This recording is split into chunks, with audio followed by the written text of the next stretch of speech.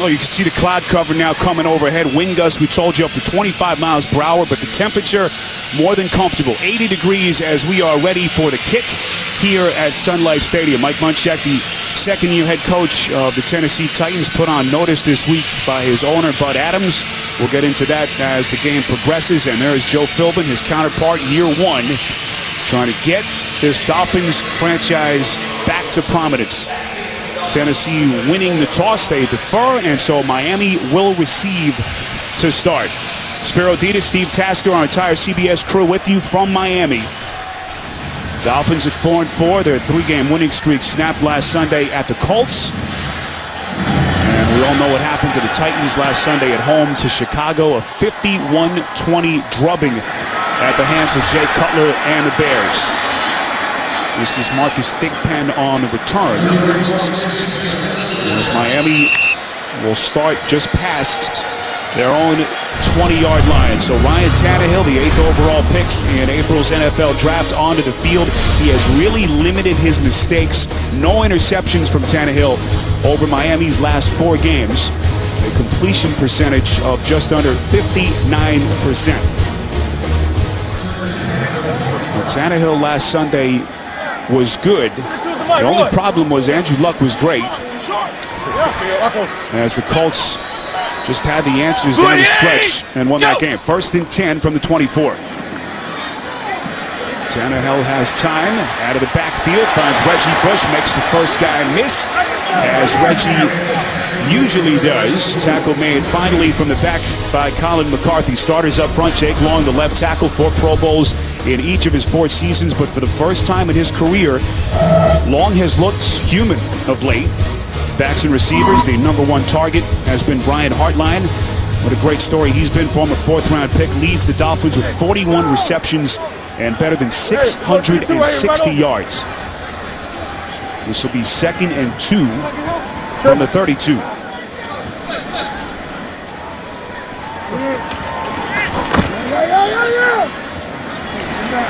And thought maybe Miami would take a shot. Instead, they keep it conservative. Move the chains as they find Hartline for 3 and a first down. Defensive starters across the football. Cameron Wembley, 7th-year veteran, first season with the Titans after spending the last 2 in Oakland with the Raiders. Linebackers headlined by Akeem Ayers. Their leading tackler started all 16 games as a rookie a year ago. Back end of this defense has been shaky, to say the least. Michael Griffin, a long-tenured man in that Tennessee secondary. A 2-time Pro Bowl selection. 1st and 10. Miami keeps it on the ground. This is Bush out past the 40. After a good pickup on 1st down, they go for 7. You know, one of the reasons that Ryan Tannehill has played so well is because of Reggie Bush. Bush's ability to make guys miss. I mean, if you want to talk about what it takes to play good defense in the NFL, it's tackling. The first guy to the ball makes the tackle. Well, Reggie Bush makes that impossible. He makes the first guy miss, perhaps more than anybody else, certainly in the AFC East. He's a very good back, very elusive, and the Dolphins use him in a variety of ways. This is 2nd and 3. They give it to Bush again. And Bush is closer to that first down marker. You know, Steve, you think back, Reggie Bush, 2.5 weeks into the season, led the league in rushing, had that big outburst against the Raiders, went for 172 yards. You thought maybe this would be a career year, but his production since then has kind of steadily declined. Well, he got nicked up a little bit, so he's been injured in and out and hasn't been 100%. But you see that last run there, hard run up inside the tackles. A lot of people still don't think he can make that run. So 3rd and short. And Tennessee trying to hold defensively, and they do, as they're able to push Miami backwards on 3rd and short. And you think that's one of the things. Reggie Bush just ran a hard 3-yard run off tackle, and you give it to the big fullback trying to get that extra yard. He just can't get it. That's Lane trying to bounce in there. He's almost 300 pounds, and if you've got a 300-pound fullback who can't get that extra 2 yards for a first down, it may be a long day for the Dolphins. So Lane, the rookie out of Texas A&M, pushed backwards. And Miami will punt. Dan Carpenter, 50-year veteran out of Montana. Excellent punting conditions today. And an even better coverage play from the guys in front of him. 48-yard punt. And Raynaud was hammered right after he made the catch. Marlon Moore got there first for Miami. Jake Locker onto the field when we come back. Jake Locker brings his Titans offense onto the field. First time we've seen Locker in 6 weeks.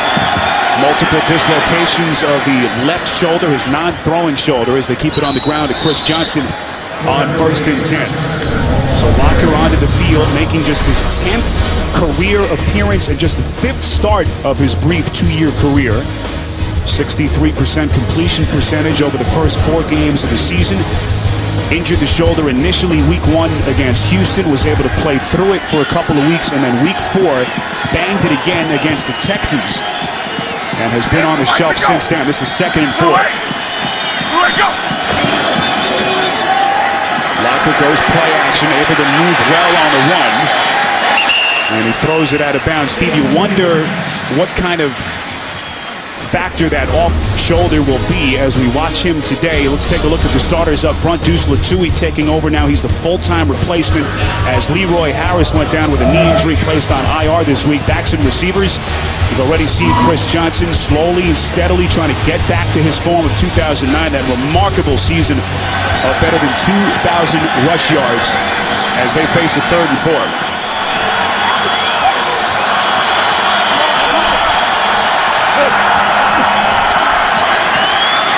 Locker again on the run. They complete. That's Nate Washington right at the 20. They pick up 5 yards and a Tennessee first down. Well, we've seen it around the league where a young quarterback will lean on a veteran receiver. Indianapolis was Reggie Wayne and Andrew Luck, and here Nate Washington helping out Jake Locker. An old receiver is just so comfortable for a young quarterback. They just think like a quarterback does. So when the quarterback wants to throw it, they're throwing it to a guy who has a quarterback's frame of mind and knows where the quarterback wants him to throw it. It just makes it so easy for a QB when a veteran guy knows where he's supposed to be and is always there. Sets up a 1st and 10 from the 20. Locker putting some air under it. Near side is incomplete. Intended for Darius Raynaud. Chris Clemens on the coverage. The safety able to break it up. Well, this is an underthrow by Locker. You see, if he would have led him out, that would have been a big, big play. As you see there, very late, Chris Clemens, the safety, coming over to try and help out the linebacker, Misi. And he was going to get there way late. That had all the makings of an enormous play for Tennessee, and Locker underthrew it. Cole Misi also on the coverage. Misi today playing with a calf strain that he hurt last Sunday against the Colts. Incompletion makes it 2nd and 10 from the 20. Incomplete. Pass intended for Quinn Johnson, the fullback. Carlos Dansby on the coverage. Starters up front for Joe Philbin's defense. Cameron Wake, Pro Bowl season back in 2010, was the AFC's Defensive Player of the Month in October. He's had a sack in 5 straight games. Carlos Dansby headlines the linebackers. Miami's leading tackler with 63 entering this one today. And the secondary torched by Andrew Luck last Sunday. Nolan Carroll stepping in for the injured Richard Marshall, who was placed on IR this week. Now you say Cameron Wake has had a sack in the last 5 games. He had 0 in the first 3 weeks. He's got 8.5 sacks in the last 5 games. Here's Locker on 3rd and 10. Under pressure, and they get to him.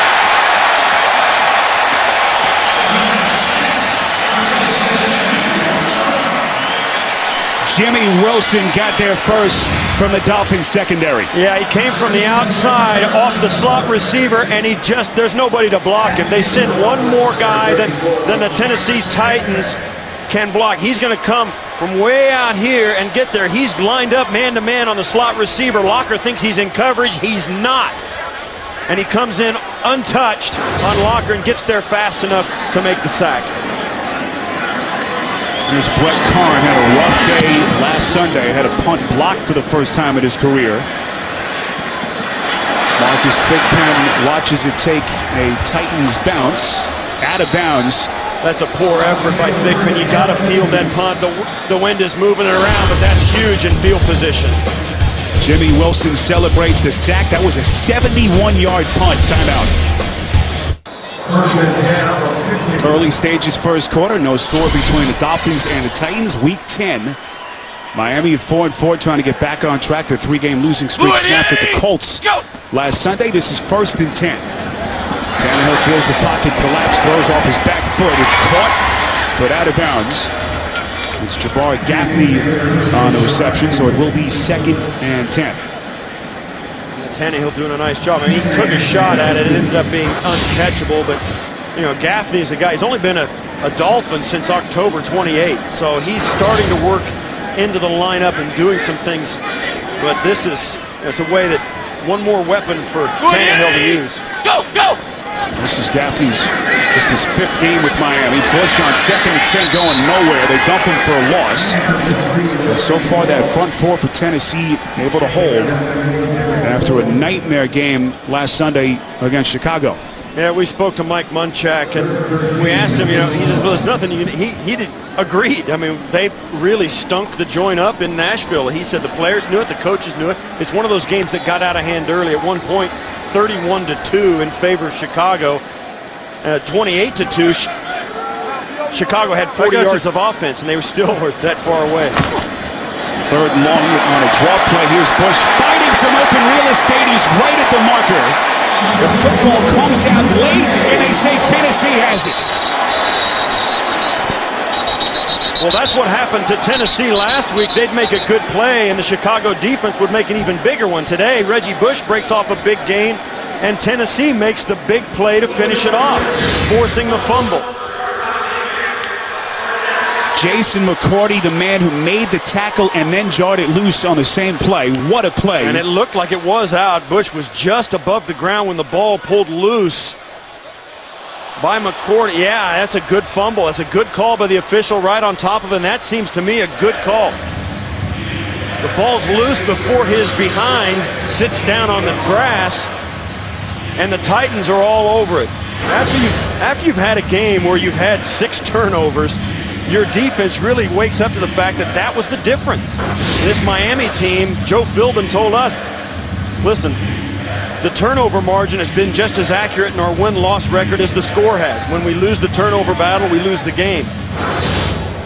A great looks at it from our CBS crew here. Jason McCourty, the 4th-year man from Rutgers, able to jar it loose. And now Jake Locker in Tennessee in business, 1st and 10 from inside the Dolphins 30.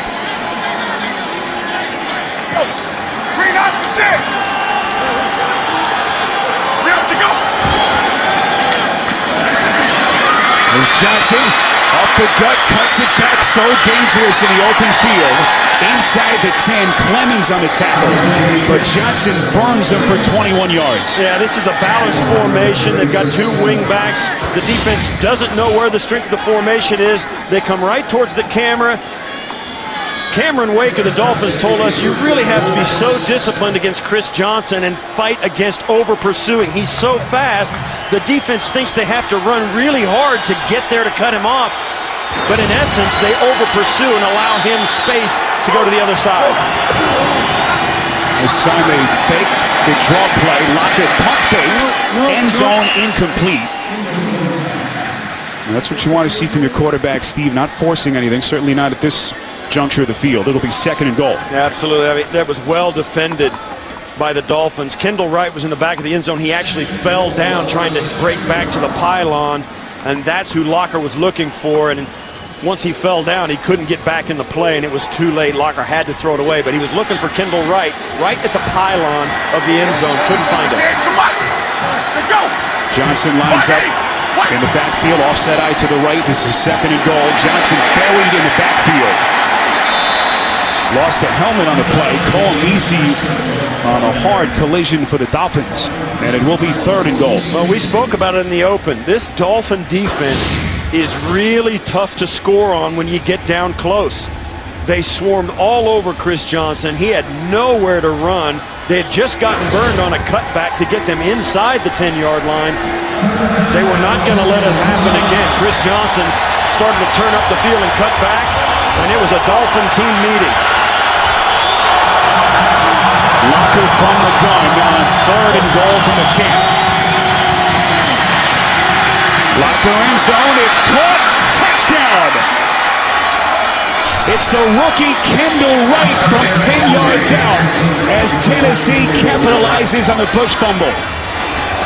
Well, Kendall Wright is as you said, is in his first year. He leads the NFL in rookie receptions, and twice out of 3 plays down close, Tennessee is calling his number. Once he fell down, this one lined up way wide at the top of your screen, almost to the sideline, comes on a short crossing route, catches it, and carries the defender into the end zone. Great play by a young receiver. Tough physical play right at the goal line. Well, Steve mentioned right at the top, Wright leading all NFL rookie receivers with 42 receptions entering the day. And this is exactly the kind of start Mike Munchak was hoping for after the debacle at home last Sunday. 7-0 Titans. Oh, as part of the NFL Salute to Service, the Dolphins women's organization organized a trip for the children of military personnel. A group of students from Air Base Elementary set sail with Bluefoot Pirate Adventures. The Bluefoot is Coast Guard certified and is equipped with 12 real water cannons. And we salute all of our military, past and present, Veterans Day weekend around the NFL as they sit in and enjoy this one. Beautiful temperatures, beautiful weather here on the field and in the stands. We certainly salute you as we take a look at the Tennessee scoring drive. Kendall Wright, the rookie, on the catch and run, 10 yards. And Tennessee capitalizes, Steve, on the Reggie Bush fumble. Yeah, more and more, Kendall Wright is becoming an integral part of this offense. Sometimes it takes a long time for a rookie to find himself. Not so there in Tennessee with that guy. They picked the right guy, taking advantage of the fumble by Reggie Bush. And, you know, he wants to make up for that. Both these clubs have been burned by their own turnovers. The Titans coughed it up 5 times against the Bears last Sunday as Locker throws his 5th touchdown pass of the season. Big Pen on the fair catch, and Jake Locker welcoming himself back into the fold. 7-0 Tennessee in front. Beautiful sunny skies here in Miami. 7-0 Tennessee. As Ryan Tannehill and company back onto the field, 1st and 10 from their own 20. Reggie Bush fumbling on their last drive to set up the Tennessee touchdown. Devon Best interfered with, say the officials. Cody Sensabaugh among the men in coverage on the play, the rookie out of Clemson. There's our referee, Walt Anderson. Pass interference, number 24, defense, 1st down. Yeah, no question. He wasn't playing the football. Anderson stepping in today for Scott Green, who was supposed to be our lead referee. Green's father passing away. Our thoughts and prayers with him and his family. So 1st and 10 after the penalty. They spot it from just inside the 40. Tannehill under duress. Will complete the pass, but Colin McCarthy right there for the stop. Let's get an update as we head to New York and James Brown. The ex-basketball player Antonio Gates on this. You know what? This game is going to be a shootout all day, up and down the field. Phillip Rivers, 13 yards to Antonio Gates, 14-7, San Diego in Tampa. I'd say he made the adjustment from the round ball game very nicely, huh, Dan? Yeah, that's it. All right, Spiro and Steve. Guys, thanks. Miami on 2nd and 15, Steve, just trying to get some kind of forward movement with this offense. Another penalty marker is down. Yeah, Miami is playing a team that is much different than the one they saw on film. Number 80, offense, 10-yard penalty, still 2nd down. Yeah, as Anthony Fasano gets called for that hold, this Tennessee defense and the entire team was embarrassed a week ago. And when you put a professional team in that situation, things are going to change the next week no matter what. And that is what the Miami Dolphins are facing now. They get a break because they get to play these Tennessee Titans at home. But make no mistake, the Titans are inspired today to put a better showing on the field than they did a week ago. 2nd and 25 after the penalty. Tannehill put it right between the numbers for Best, and he dropped it. Let's head back to New York and get an update on a busy day around the NFL. Saints marching. And you love, if you're a quarterback, Drew Brees got to love this. Chris Ivory, watch this run. Cuts outside, breaks the tackle, cuts back inside, 56 yards. He goes for a touchdown, 10-7 Atlanta. Hey, Spiro, Steve ran that fast as well back in his day. When I was 8. The memories. NFC South standings. Yeah, downhill. I ran that Too modest, brother. 3rd and 25. This is Tannehill again. That's to throw off his back foot that complete. It's Daniel Thomas, the second-year back out of Kansas State. Nowhere near the first down marker needed to get out to the 49 as the Dolphins will punt. And a late marker is thrown. Holding, number 77, offense. A penalty is declined, 4th down. Well, Jake Long getting called on that. The left tackle had a bad day, took some heat for it this past week, but the Dolphins facing an inspired Tennessee team who was embarrassed a week ago, they're not helping themselves. Tennessee may be playing pretty good, but the Dolphins, they're dropping passes, taking a lot of penalties, fumbling the football. This is a very slow start for the home team. Well, Jake Long, all of last season, just to put this into perspective, Steve, had 1 holding penalty the entire year. That's his 2nd in the last 2 weeks. Had a hold and a false start last Sunday against the Bears. So Fields on to punt, having a career year for Miami. Another marker is thrown. This one takes a bounce just inside the 24-yard line. And the Dolphins will down it there. A 43-yard punt. Walt Anderson will have a conversation here. And with that punt, you could see when the Titans punted and now the Dolphins punted, the wind is going very hard left to right on your television screen. That punt got nowhere. He hit a line drive out of there and couldn't get anything on it. And on the other side, the punt went the length of the field. Brett Kern hit 171 yards.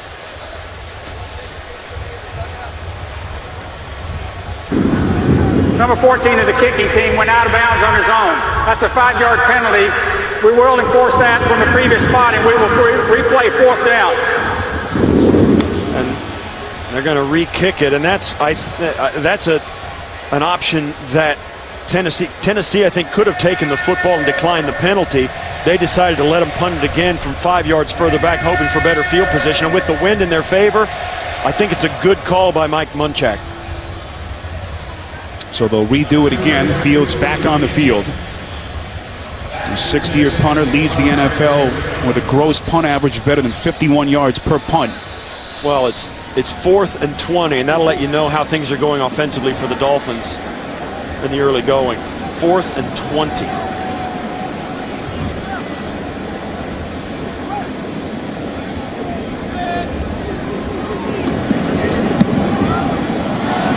It's a low kick. Now watch it take a bounce inside the 35-yard line. A punt of just 36 yards, uncharacteristic of Fields. Tennessee in front of Miami by 7.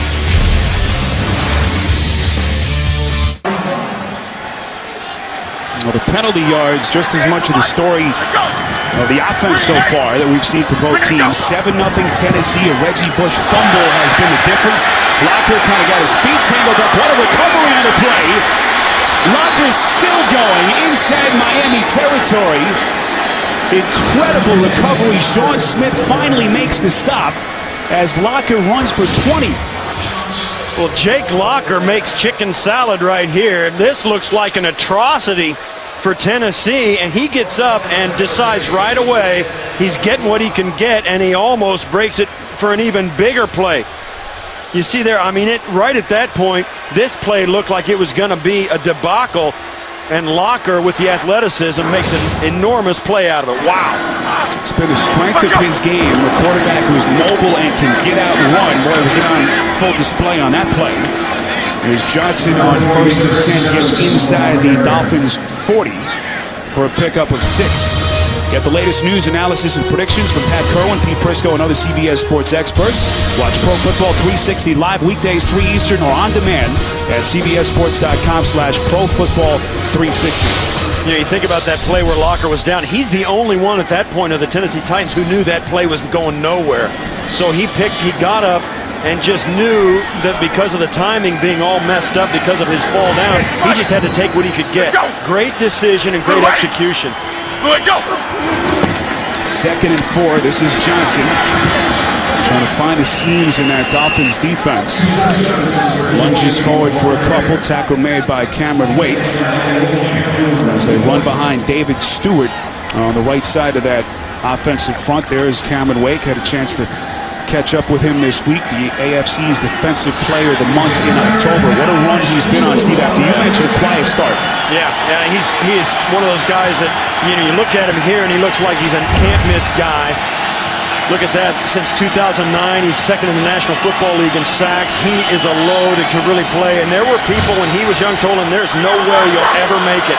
Didn't start playing football till he was 17 years old. Some of these guys start playing when they're 5. But this guy has made it on his own, gave it every chance, and is really considering to be a great defensive player. Critical 3rd and 2 play for Jake Locker in this Tennessee offense. This is where they need all these teams with young quarterbacks. This is the kind of play that make them into veteran quarterbacks.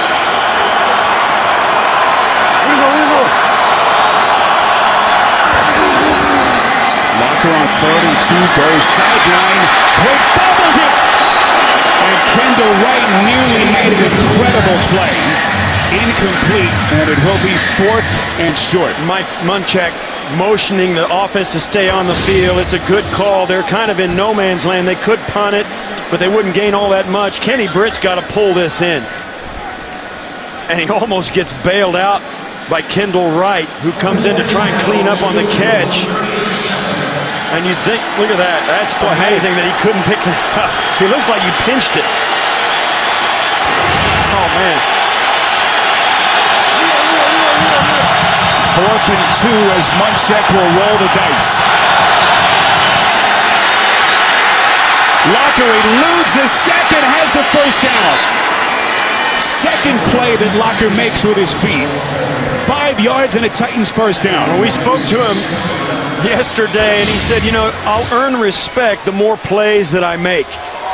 And he said he got a new perspective watching Matt Hasselbeck and watching Andrew Luck last week in the Colts victory over Miami. And he said, along with help from Matt Hasselbeck, this is a guy that really knows that he's got to take it on himself once in a while and turn 3rd downs and 4th downs into 1st downs. Hasselbeck starting the last 5 games in Locker's absence. Locker here on 1st and 10. Makes the completion on this play. That's Damian Williams, the 3rd-year wideout out of USC. 15 yards and another first down. And this is just a deep comeback. This is the kind of throw that'll let you know why Ryan Tannehill got drafted. Strong arm, standing tall in the pocket and puts it on a zip line right out to the far side, to the hash marks on the sideline, high and away from the defender. Great accuracy, great velocity. So Locker has him moving here. 1st and 10 from inside the 20. Johnson trying to find the outside, cuts it back. Johnson inside the 10, and he's in. And what a start for the Titans. Out in front, 13-0.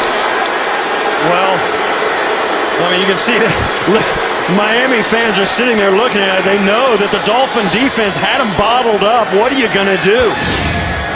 Chris Johnson pushes it all the way outside the numbers and then stops, takes a look around, and he flips a switch and all of a sudden is running faster than anybody on the field, and everybody's got a bad angle. And that right there is the posture that Dolphin defense is doing right now. They are you kidding me? Well, that looked like 2009 Chris Johnson on that play. Definitely maneuvering through the Miami defense. And how about this start? After giving up 51 points in a blowout to the Bears, the Titans up by 2 touchdowns. Tennessee, 7 plays, 65 yards, and what a run to cap it. Chris Johnson, 17 yards, and it's 14-0 Tennessee. Cameron Wake in Miami trying to get back on the win column today. Yeah, Miami ran into a very hot young quarterback a week ago in Andrew Luck, and it's like the old Yogi Berra saying, it's deja vu all over again.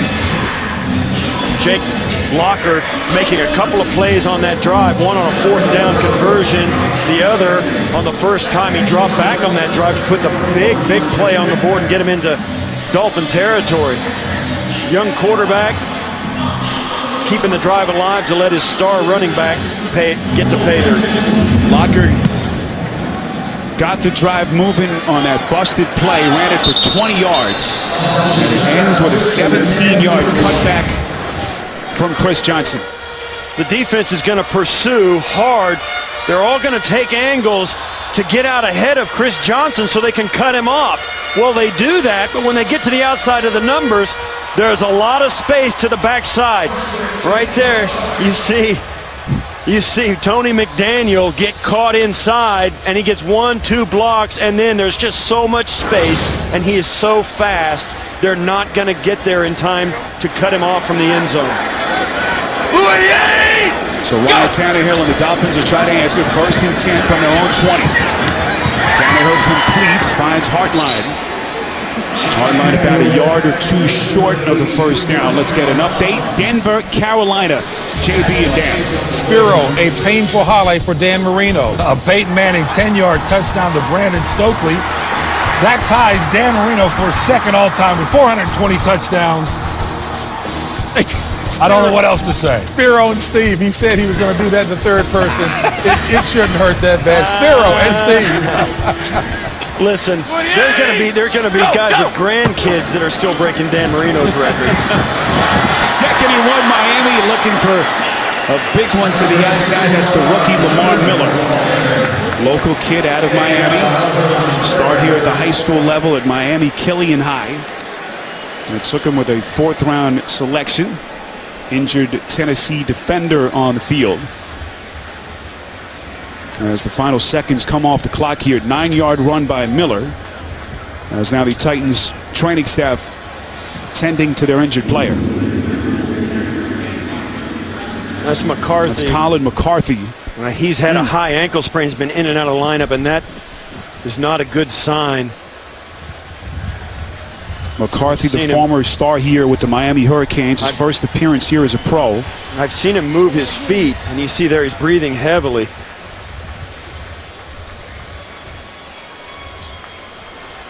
And now he's starting to stir, and it's hard to say what happened to him. And he's really struggled to stay healthy, mostly with an ankle injury that's kept him out of the lineup. So the trainers continue to take a look at McCarthy. Good sign, moving his extremities here as we'll step aside for a brief timeout. Able to get Colin McCarthy up onto his feet here. He'll walk off on his own power. Boy, that looks a whole lot better than it did a moment ago. It's all, and I hate to say it like this, but it's almost a relief to see him limp.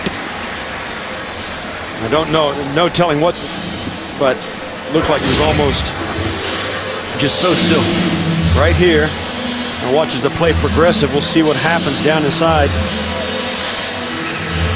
Oh, you see there his toe got caught and rolled to the inside. And that's something he's been struggling with, his right ankle. And you can see it's still taped up more than the left. He's had some extra protection on it, and that's the ankle that was injured right there. You see it's already taped over the top of his shoe. He's been struggling with it all season, and I'll tell you, once you're hurt and then you get hurt again on the same spot, wow, that hurts bad.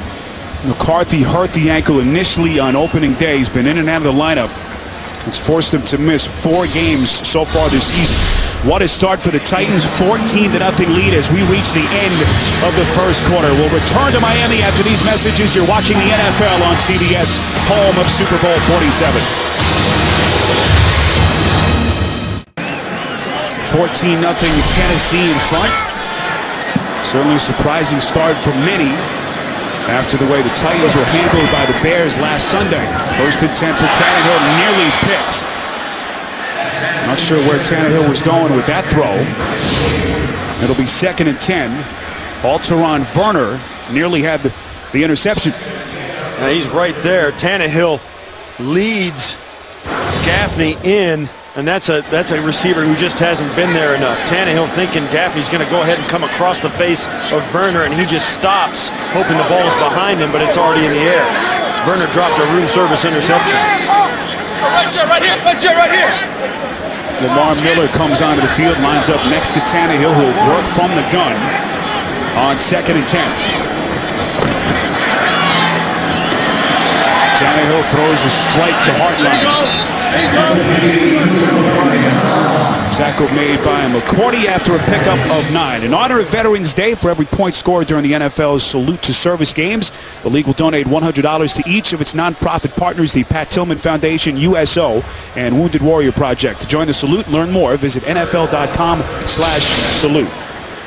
And we salute our armed forces past and present. Veterans Day weekend around the NFL. This will be a 3rd and 1 from just outside the 46. It's picked off the incompletion. And look who it is. Colin McCarthy on that gimping ankle. Lunges end zone. Touchdown.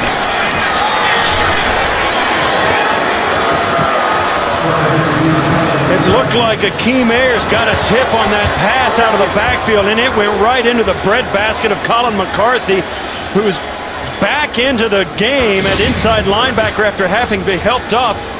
He's right here making the defensive calls in the front 7. It's going to get tipped right there by Ayers. And it couldn't have been worse for the Dolphins. After dropping a room service interception on the first play from Alteron Verner, McCarthy gets one batted right into his breadbasket with nothing but green grass in front of him. So McCarthy, the former Miami Hurricane star, back in his old stomping grounds today. Left the game just minutes ago with the ankle tweak and a pick 6. 49-yard interception return, and it's 21-0 Tennessee.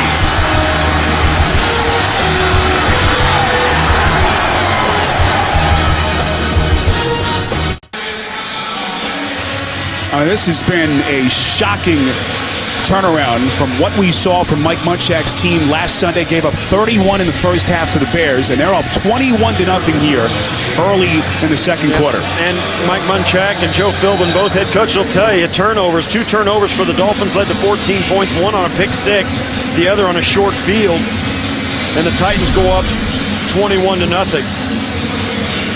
Ryan Tannehill, meantime, his first interception in 4+ games, 107 attempts. Far be it from me to stick up for quarterbacks, but when a guy throws it to the right guy who was open, he was trying to fit it into Charles Clay. He was open, but when a guy tips the football, I mean, that's a coin flip as to whether it was a bad throw or whatever. I think the quarterback should get a break on that.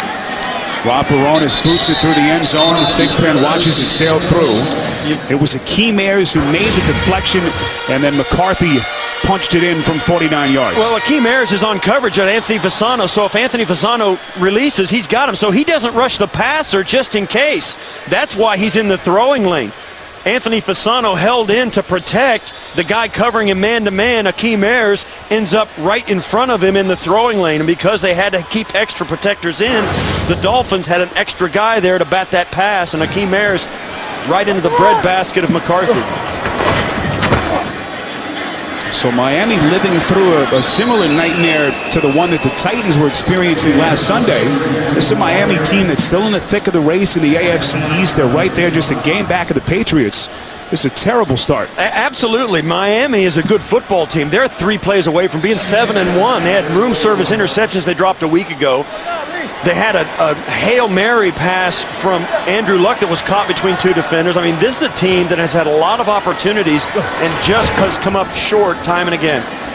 Tannehill on 2nd and 9 again to Hartline, their #1 receiver on the season. Came in with 41 catches, that one for 8 yards. Appears to be about a yard or 2 short. There was Bush. The fumble earlier to set up the Chris Johnson touchdown.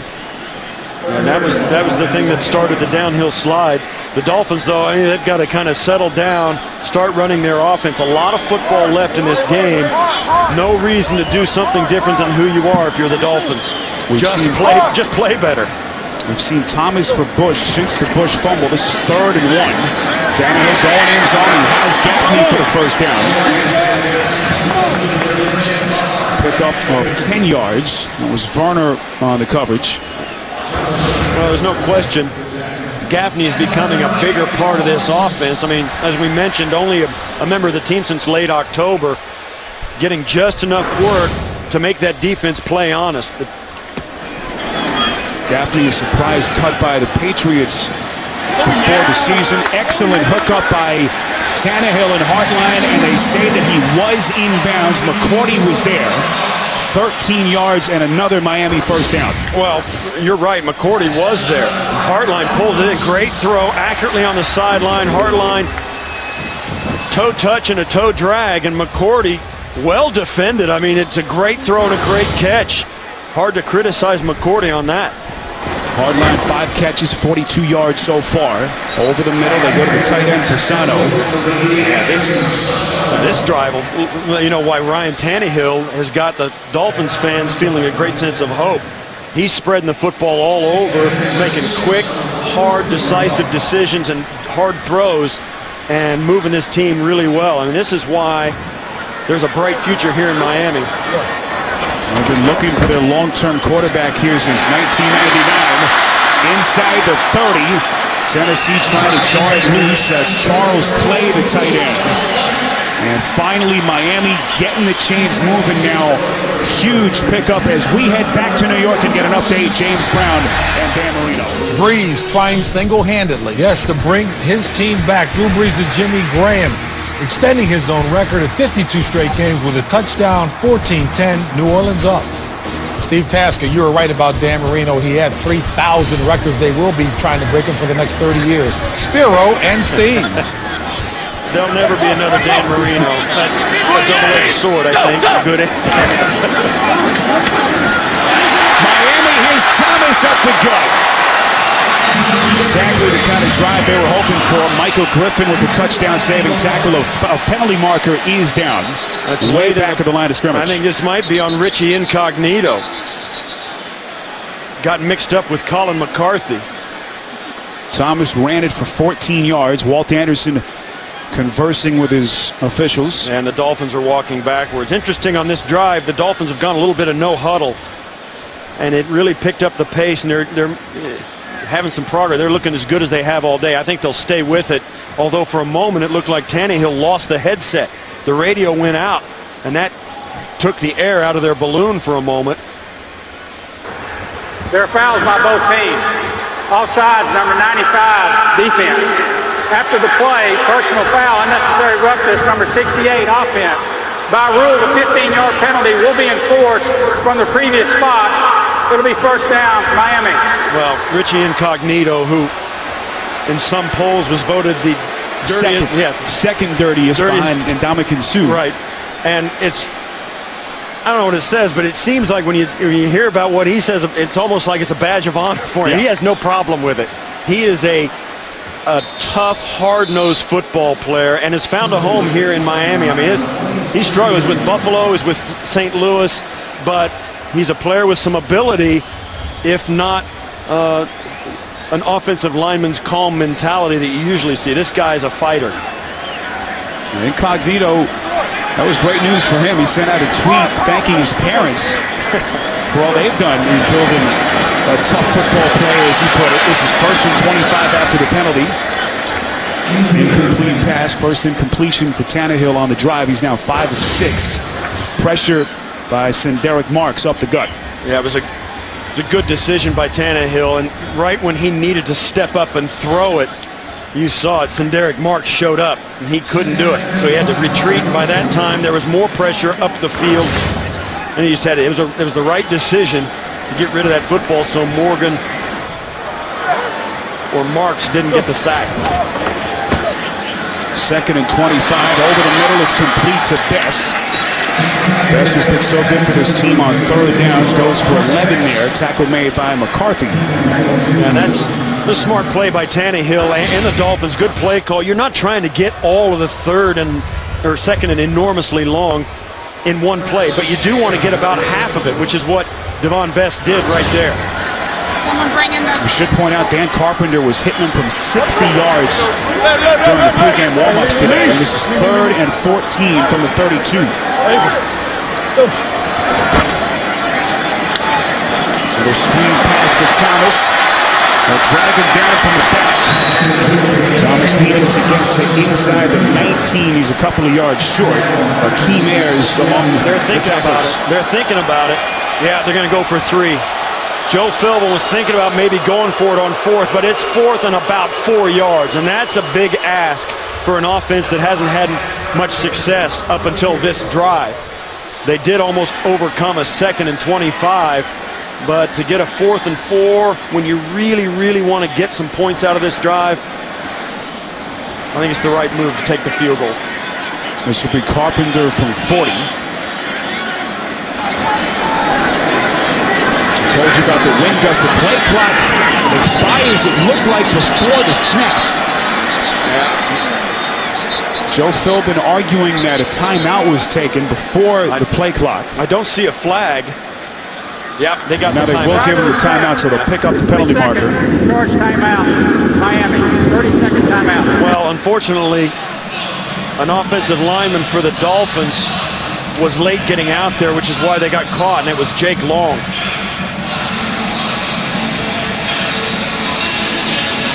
Well, Tuesday on CBS, it's a crime so big, the law and the mob will join forces. A canvas episode of TV's #1 news show, Vegas, Tuesday, only CBS. It's been a tough couple of weeks for Jake Long, but I'll tell you, if Miami wants to get rid of Jake Long, there's 31 teams that'll stand in line to put him on their squad. And no matter tough couple of weeks or not, that guy can play. Pro Bowler in each of his first 4 years in the NFL.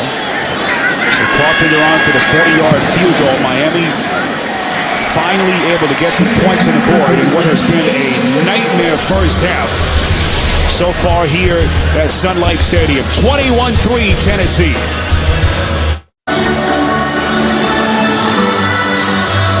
Miami on a 40-yard field goal from Dan Carpenter on the board finally, but down 21-3 here. Ryan Tannehill 7 of 8, 72 yards on that scoring drive. Early stages, second quarter here at Sun Life Stadium.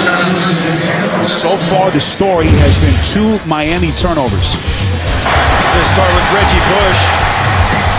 Great play by Mike Griffin, who gets it out. And then that led to that touchdown by Kendall Wright. Then Akeem Ayers batting the pass out of the air. Turns into a pick 6 for McCarthy. 14 points on the board for Tennessee.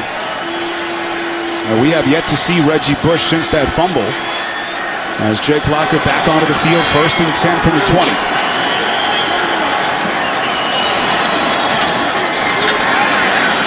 Chris Johnson loses his footing on the cutback play as Burnett and Stevens pushing each other after the play. Let's go back to New York and an update with JB and Dan. Hall of Famer Tony Gonzalez to be Hall of Fame. Yes, Matt Ryan for Tony Gonzalez, 2-yard touchdown. That's his 100th touchdown of his career. The first tight end to reach that number, 17-14 Atlanta. Spiro and Steve. One of the underrated rivalries in the NFL, Atlanta and the Saints in New Orleans. Here's Locker again off his back foot. Johnson making a miss out close to the 30. Now, a lot of talk, Steve, about CJ not being able to hit the home runs, but boy, has he looked dangerous so far today. Oh, that he has, and if Olivier Vernon doesn't get back to him and make that, he hustles back after this completion and makes this tackle. If he doesn't do this, this is another touchdown right there. If he doesn't make that, Vernon, that's going to be another touchdown. Injured Tennessee Titan is Fernando Velasco, their center. As they tend to the 30-year veteran, will take a timeout.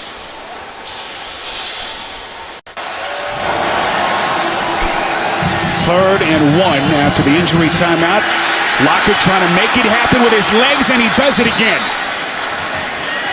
Miami just unable to corral Locker so far. Koamisi finally brings him down, but it's a Tennessee first down. Well, Tennessee has a number of things where they design the play to move him out of the pocket. This is one of them. It's just a waggle where he just takes it and rolls out to the right and looks down the field. It spreads the defense out, one plant, one cut, and is just trying to get 1 or 2 yards, and you can see how much space is out there. That's Starks and Wake out there trying to corral him, and it's just too much space. The locker will burn a timeout here. Some confusion pre-snap. 21-3, Tennessee in front. 21-3, Tennessee in front. 7:18 to play. 1st and 10 after the timeout. Locker from the gun as they work from the 32. That one's sailing a little bit too high, getting out away from Kendall Wright. As Tennessee will have it 2nd and 10. Coming up, the Verizon halftime report from New York. JB, Dan, Shannon, Boomer, and Coach Cowher with all the latest scores and highlights.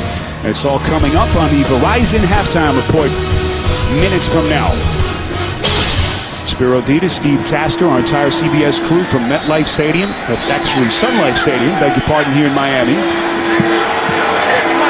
Tennessee fans wondering what to expect from this team after the 51-20 drubbing at the hands of the Bears last Sunday. But so far, so good. Jake Locker, Steve, making his return after being out 6 weeks.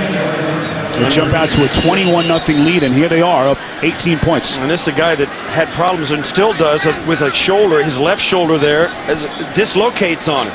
And we asked him, he said, yeah, I'm going to have to get it fixed in the off-season, but it's not going to get any better waiting on it to heal, so it's time for me to get back in. The doctor's cleared him. He's wearing a special brace that will allow him some more movement. He was actually wearing a brace in week 1 or week 4 when he got it hurt. This is a brace he likes better because it's less restrictive, but obviously he's playing well. Miami has been very good defensively on 3rd down. They weren't last week. This is 3rd and 8. Can they finally get to Locker? Extends to the 1st down marker. This will depend on the spot. Marker thrown. Rashad Jones forced him out. Holding, number 76, offense. 10-yard penalty, still 3rd down. That's Dave Stewart, the right tackle. And it went right out around him towards the sideline, and it came in very late as Locker releases to that side. You see there, he just grabs Cameron Wake's collar. That's a penalty even on a tackle, let alone on a tackle with a guy with a ball, let alone on a guy trying to block somebody. He just grabbed the horse collar and wouldn't let Cameron Wake go after Locker. Easy call.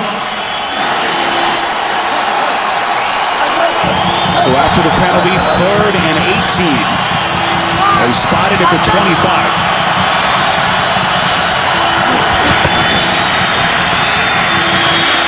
Nowhere for Locker to throw, just kind of threw it away sidearm.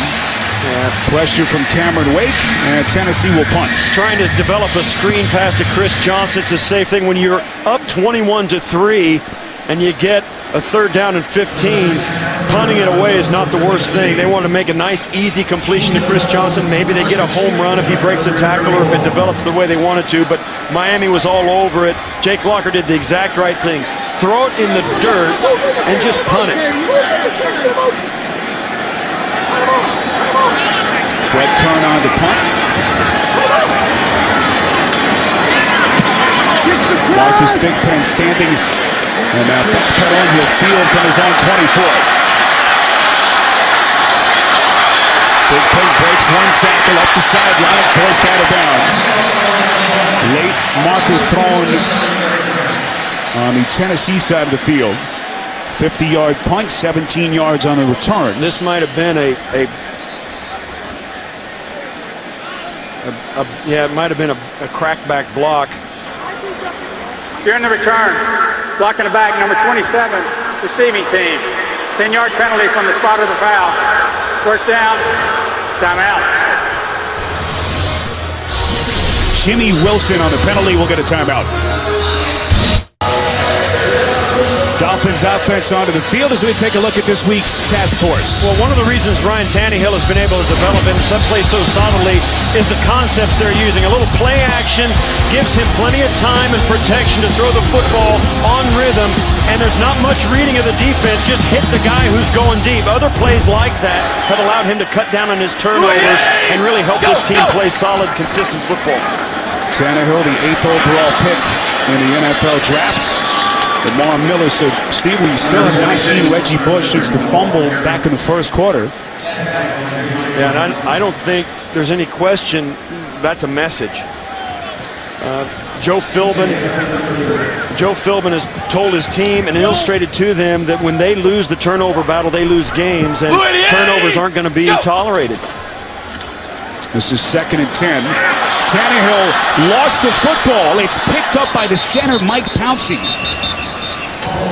So that was ruled a fumble. No, now they changed it. Now it's an incomplete. Coming forward and the ball came loose.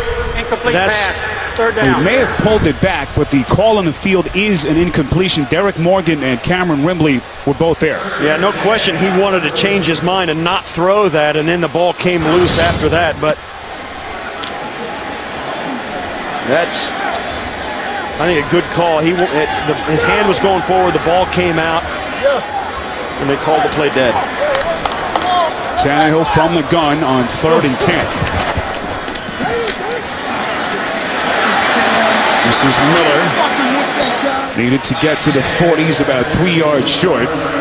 After a pickup of 7, maybe 8. Tackle made by the linebacker Zach Brown and Alteron Werner. Yeah, Tennessee fans will notice this is a very different defensive unit that's playing out there this week than last, even though it's the same 11 guys.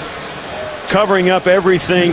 No place for Tannehill to throw the football down the field, doing a nice job on 3rd down, giving up a 3rd and long, giving up a short pass and making the tackle, and bringing the punt return team on the field. Can't say enough about what we've seen from this Tennessee defense. A defense that has been historically bad so far for long stretches this season. Raynard on the punt return from inside his own 10. Nearly yanked back to the ground. He's still going.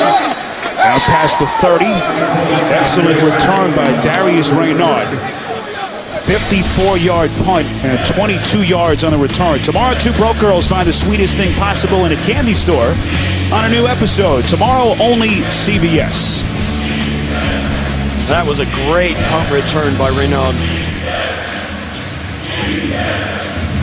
Well blocked up front, got him to the sideline, and he broke 1 tackle and got an extra 10 yards out of it.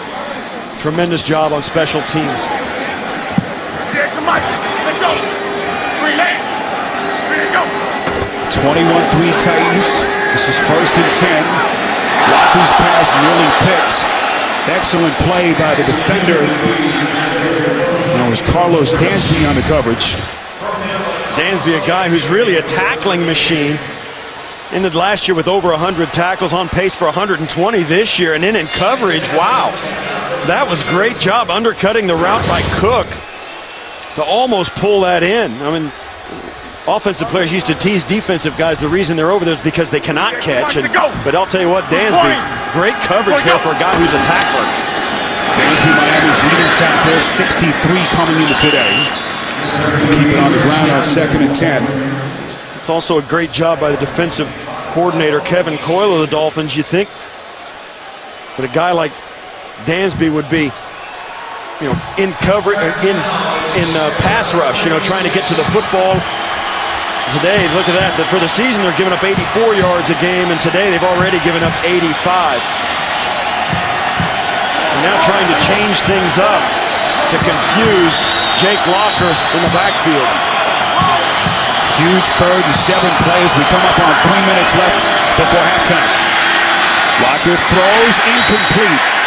And we've seen a couple of drops on both sides. That's the tight end, Jared Cook. Tennessee's 2nd leading receiver. And the Titans will punt. That's just a flat drop. And that's the kind of thing that the Titans did last week. They just couldn't make any plays. Right here, he's just going to come out, get a little piece of the defender. Nice stick move inside, and he's thinking about making it into a big play. Steve, you wonder if the sun is a factor. I mean, we've seen guys just flat out drop some passes. I don't know. That was a low ball. I mean, he was looking back into the stands, not up into the sky for that one. Brett Kern with the punt. Fielded inside the 15-yard line. This is Thigpen. Another marker flies. And that's been another problem for Miami. Penalties. 50-yard punt by Kern, 14 on the return from Thigpen. During the kick, illegal block in the back, number 23, receiving team. Half the distance to the goal from the end of the kick. First down.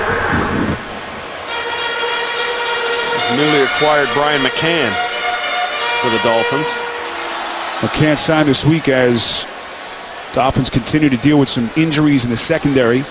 Richard Marshall placed on IR this week. Out since their 4th game of the season with a back injury. So Miami whistled for 4 penalties today, totaling 40 yards. And right now down 21-3 with under 3 minutes remaining.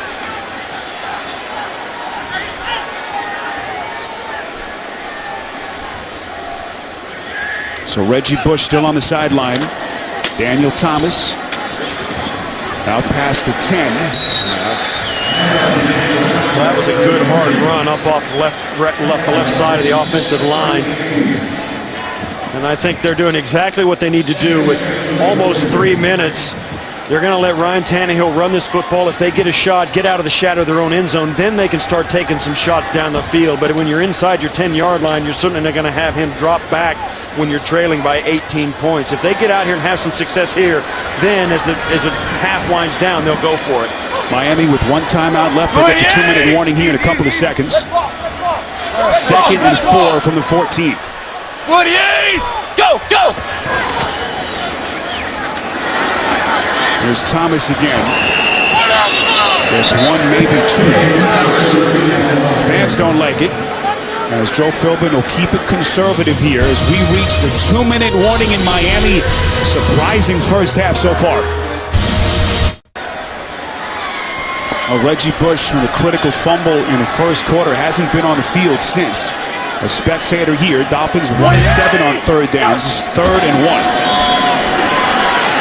Tannehill all day to throw, and it's intercepted.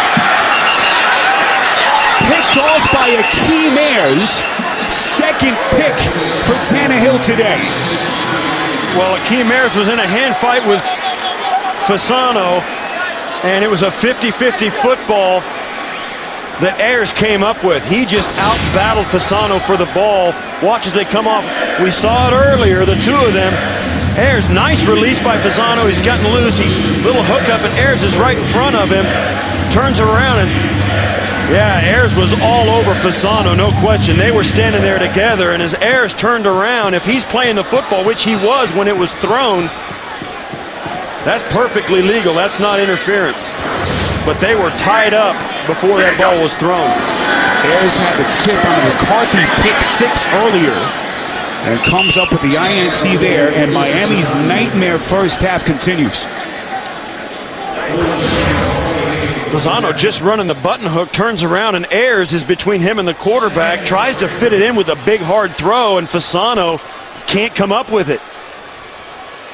In his attempt to catch it, Fasano kind of pushed it into the breadbasket of Ayers, and he grabbed it. 2nd and 2, plenty of time for Tennessee. They got 2 timeouts left.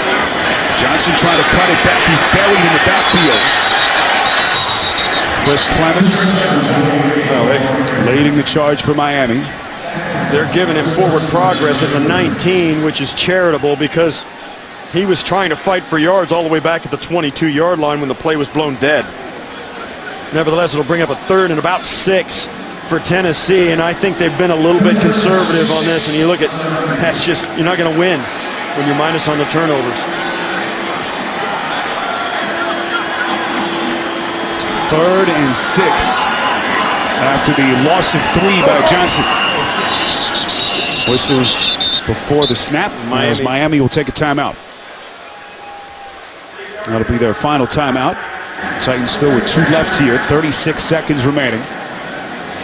Well within field goal range. Reminder coming up, the Verizon Halftime Report. We'll send you to New York. JB, Dan, Shannon, Boomer, and Coach Cowher with all the latest scores and highlights. It's all coming up next on the Verizon Halftime Report. Chris Palmer, offensive coordinator of the Titans, trying to come up with something to pick up a 3rd and 6. How enormous would it be to tack another 6 points onto this first half barrage they put on?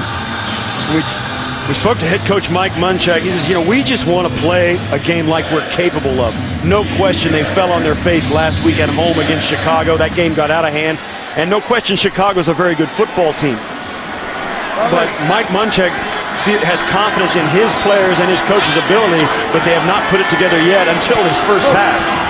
Dolphins defense desperately needs a hold here. 3rd and 6. They throw end zone, incomplete. So Mike Munchak will send out the kicking team here to try the field goal.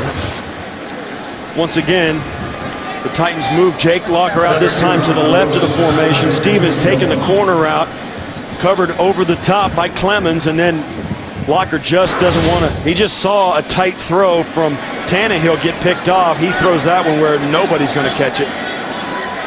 Baronis has been money from 40 yards and in. This one from 37.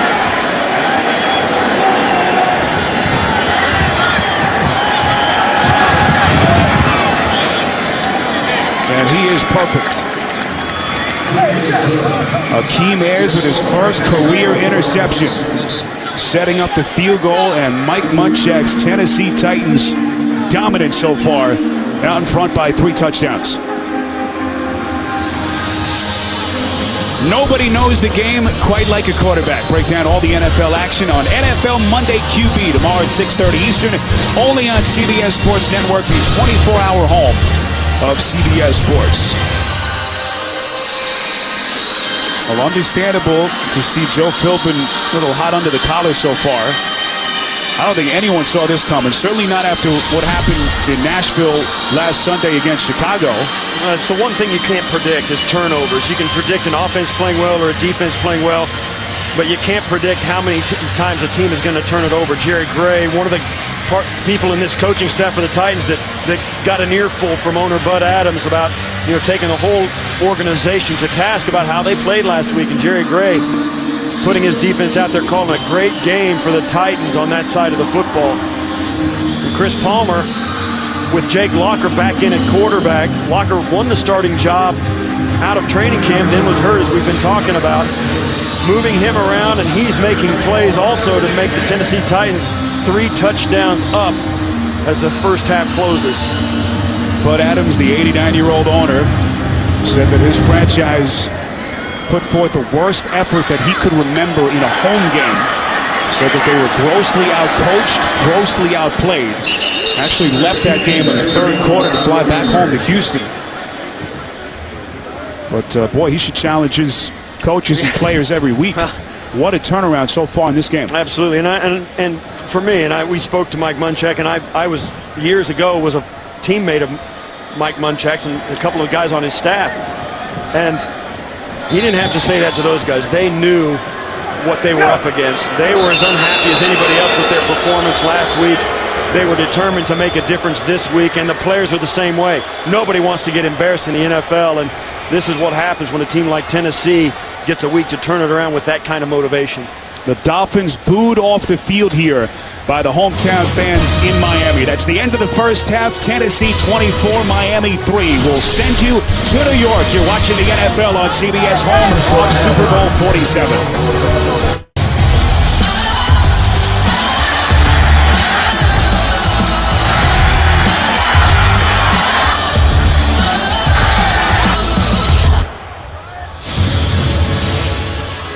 24-3 your score at halftime as we welcome you back to the NFL on CBS inside Sun Life Stadium. Spiro Dedes and Steve Tasker with you.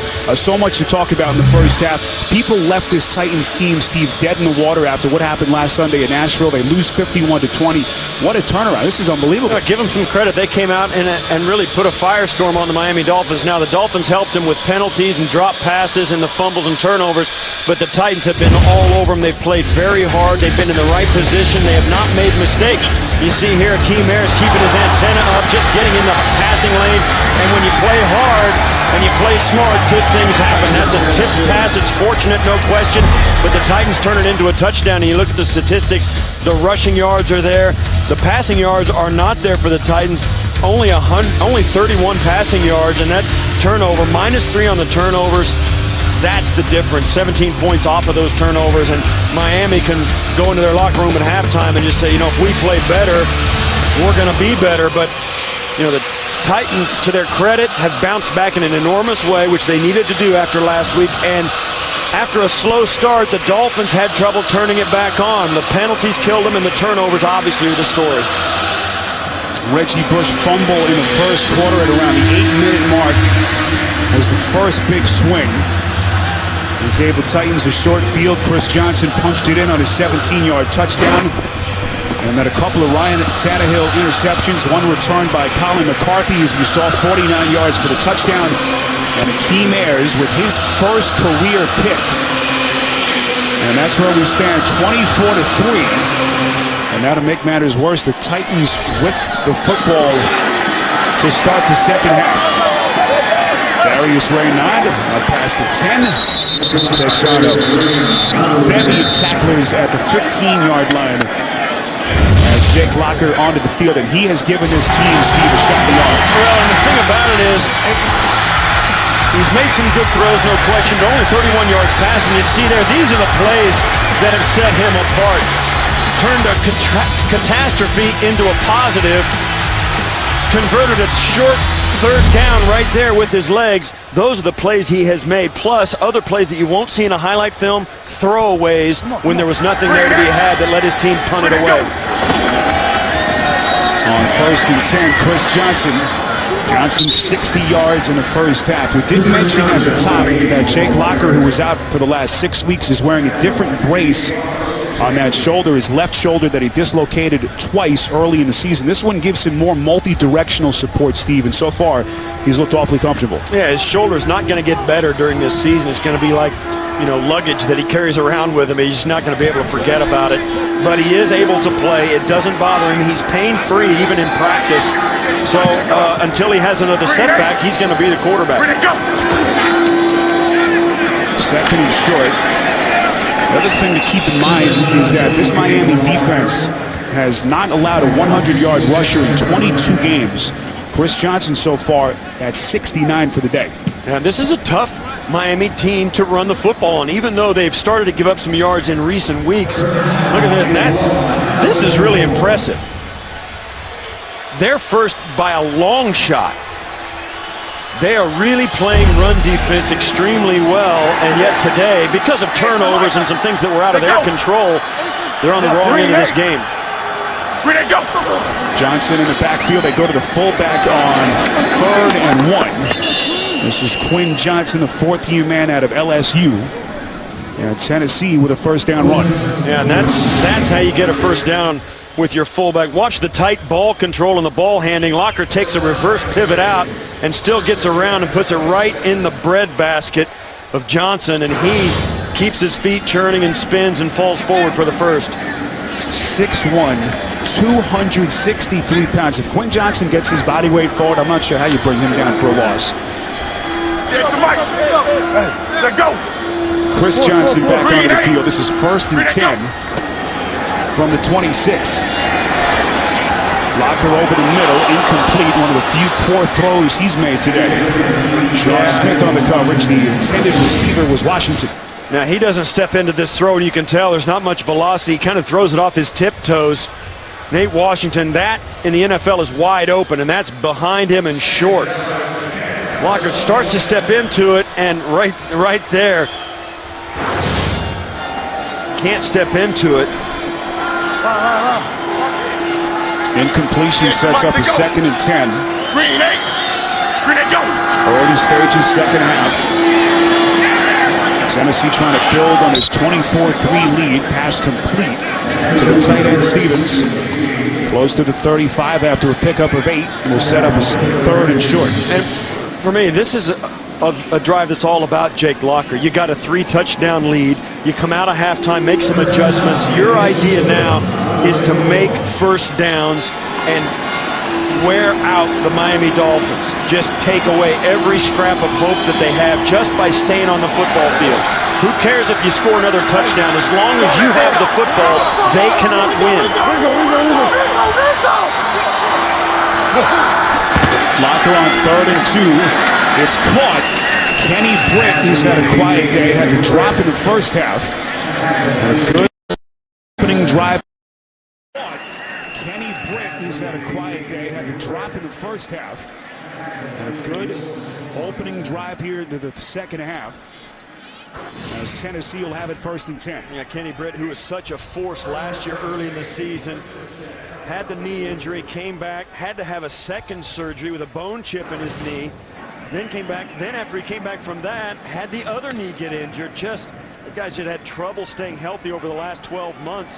Hasn't been indicative of his career to this point, but that's a guy they would love to have 100%. Alert, alert, alert. Green 8.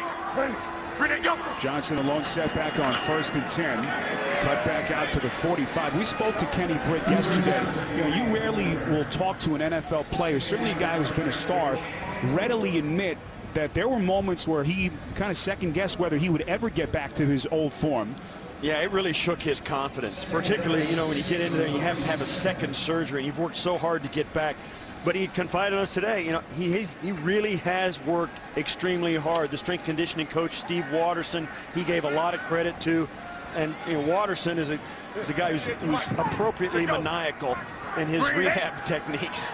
Well, you learned that firsthand, right? Oh, yeah. Kenny Britt, 225 now. 2nd and 6. This is Johnson moving the pile inside Miami territory. And this is a little bit of a statement drive by Tennessee. Running the football on a 2nd and 6, getting down to a 3rd and 1 on 2 straight runs. And they are just, you can feel that offensive line, this whole Titan team has just decided they're going to win this football game this half, and they're going to do it by bullying the Miami Dolphins. 3rd and 1. Green 8. Green 8, go. From inside the 49. Locker slings it. He's got a man wide open. It's Kenny Britt. Huge pickup on 3rd down. Sean Smith finally with the tackle after a pickup of 28. Just when you think Jake Locker is going to do things young quarterbacks do, just going to take this, gets a little pressure, he's going to tuck it and run it because he doesn't trust himself. Then he throws a rainbow of a pass to Kenny Britt, who gets lost. See, they think Locker's going to run.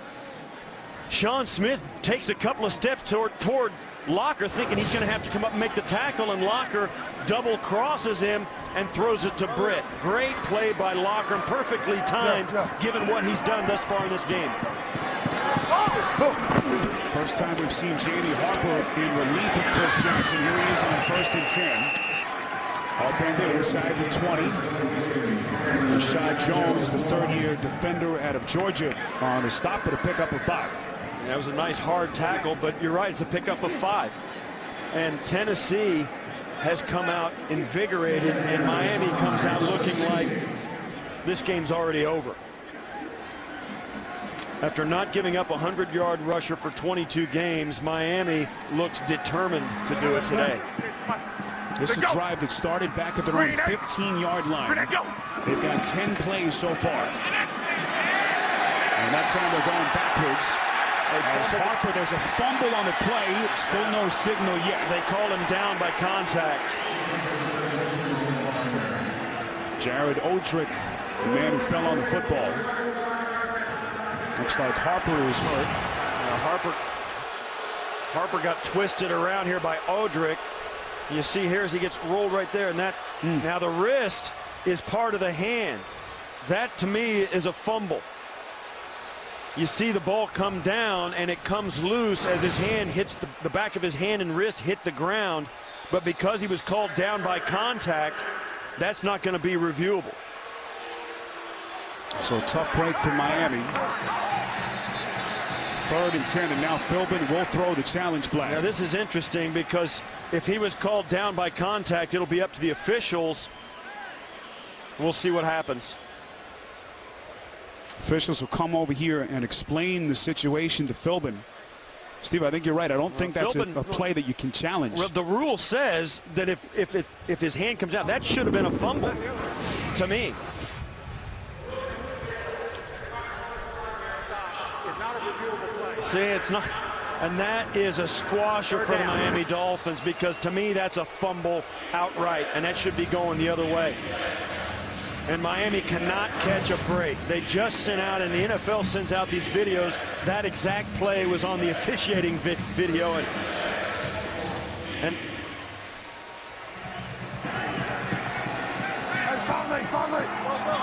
so after the confusion, it's 3rd and 10. Whistles blow again. Well, let's listen to see when the whistle was actually blown on that last play.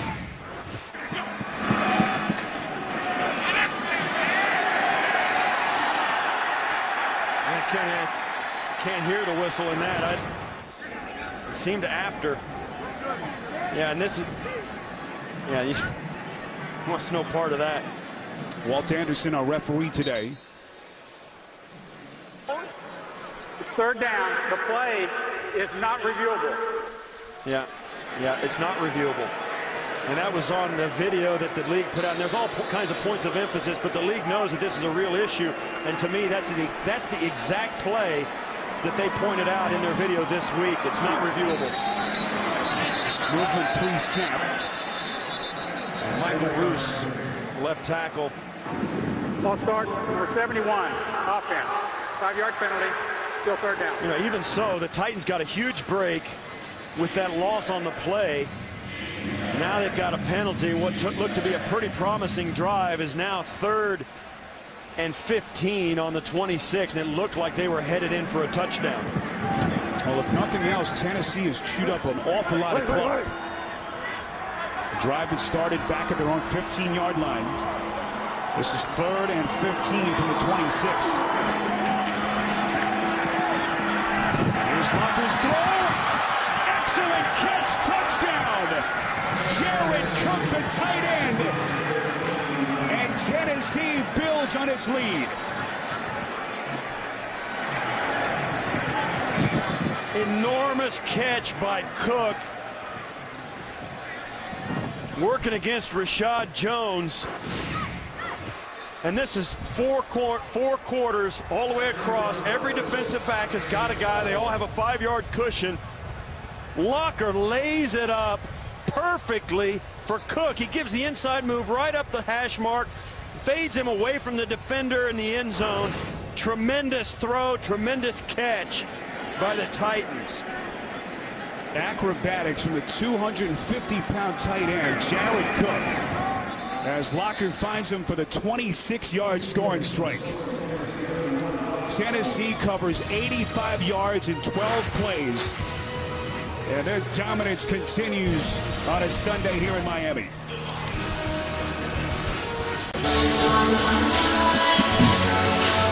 Oh, this has been a statement performance so far by Jake Locker in Tennessee when they were so desperate for a turnaround. Locker has come in and shaken them up. Excellent performance by this Mike Munchak defense. And right now, 31-3 as Tennessee starts the second half with an 8-minute drive. 12 plays and 85 yards. And Miami continues to stagger on the ropes. Penalty marker thrown late. You're in return, illegal block in the back, number 50, receiving team. 10-yard penalty, scores down, timeout. Olivier Vernon, the culprit. And they are losing hope here in Miami, down 31-3 in the third quarter. Stay with us.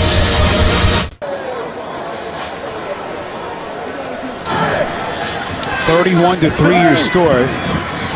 A score that no one saw coming, certainly not after Tennessee performed last weekend. 31-3 here, under 7 to play in the third quarter. As Miami, Steve, doesn't touch the football till the 6:47 mark of the third quarter. And here comes Reggie Bush. That was an outstanding drive to open the second half by Tennessee, overcoming at the end of it a couple of penalties and some losses. Got a break, no question, when what we thought was a fumble was overturned by down by contact. But wow, what an impressive drive to begin the second half. First time Bush has been on the field since he fumbled in the first quarter. 1st and 10, nearly picked on the interception. Deflected by Sensabaugh. Yeah, and you can feel it right here as you see Gaffney working against Sensabaugh. Comes right over, wraps that arm around. I've seen less called and I've seen more not called. I don't think the Dolphins can count on any kind of call in this game for whatever reason. Tannehill on 2nd and 10. Over the middle, it's caught. Out past the 35-yard line to Brian Hartline. 14 yards and a much-needed Miami first down. Yeah, no question. And now they're going to go no huddle, which is smart. I mean, this game's they're running out of time, and they're not going to give up. And if you want to have a chance to come back, you got to go no huddle. You got to pick up the pace, and I think it'll help them. Go. Red Jill. Arch to the side. Solo. Go. First and 10, draw play. Here's Bush up the gut. Marker right at the line of scrimmage. Tackled by Zach Holding, Brown. number 51, offense. 10-yard penalty, still first down. And it's just been one of those days, nothing working. Even on a play where they pick up positive yardage, Pouncey is penalized. One of the things that the Titans are doing is they're waiting till deep into the play clock, and then they'll shift. After Tannehill makes a call to set the play and they turn the headset off, the Titan defense will then shift their front that will try and confuse not Tannehill, but they'll try and confuse Pouncey, the center. It's very interesting, something that McCarthy talked to us about in our meeting with him yesterday. Trying to keep this Miami offensive line on its heels. First and 20 as they bury Tannehill for the sack. Send Derek Marks with a hard hit. And Miami going backwards once again. From the defensive tackle spot, Marks just comes right in. Gets a lot of help from Zach Brown. Right here, and they creep up, they come in, and Marks comes from the far side, loops around, and comes in untouched. It's going to come from all the way over here, comes right up inside Incognito, and because of the stunt on the other side, there's too much space for Incognito to stop him. Marks, the former second-round pick in 09. Another incomplete pass. That one intended for the tight end, Clay, and it will be 3rd and 28. Joe Philbin, I mean, if there's somebody who can relate to what Joe Philbin's going through today, it's Mike Munchak. The exact same thing happened to the Titans last week. It was 31-2 last week in Tennessee. At Chicago, the home team getting thumped pretty good, and today it's the same story on the other foot for the Titans. Go. Tannehill trying to keep the play alive. Goes to his check down, Daniel Thomas. And it's way out to the 46. Not even close. And Miami will punt.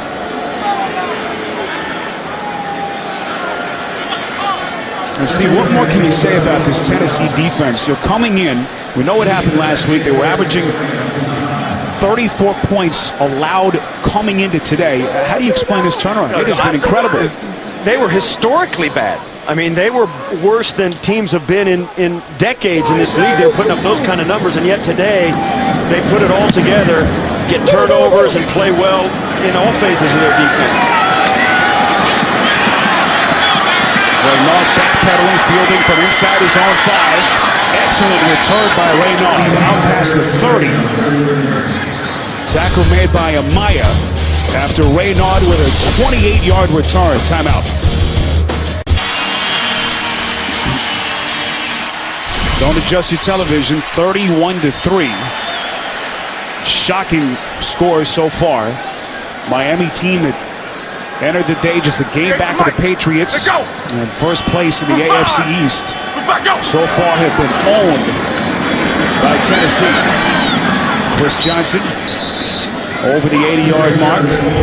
Let's go back to the opening drive to start the second half. 85 yards. They chewed up Steve more than 8 minutes. Yeah, they overcame a couple of penalties at the end. This is the play that really could have been the difference for Miami. Ruled down by contact, no fumble, and then it ends up Locker hitting Cook with the acrobatic catch for the touchdown. time of possession better than half of what they did the entire first half. 2nd and 6. Johnson close to the 40, tackled by Sean Smith. The other thing about Jake Locker, not huge numbers, just over 100 yards passing. He's got 8 completions, Steve, to 7 different receivers. Yeah, he has spread the football around, no question, but the plays he made with his legs. And in fact, the 2 passes that we saw in that last drive, the looper to Kenny Britt and the touchdown to Cook, those were really made possible because he's been hurting the Dolphins with his feet.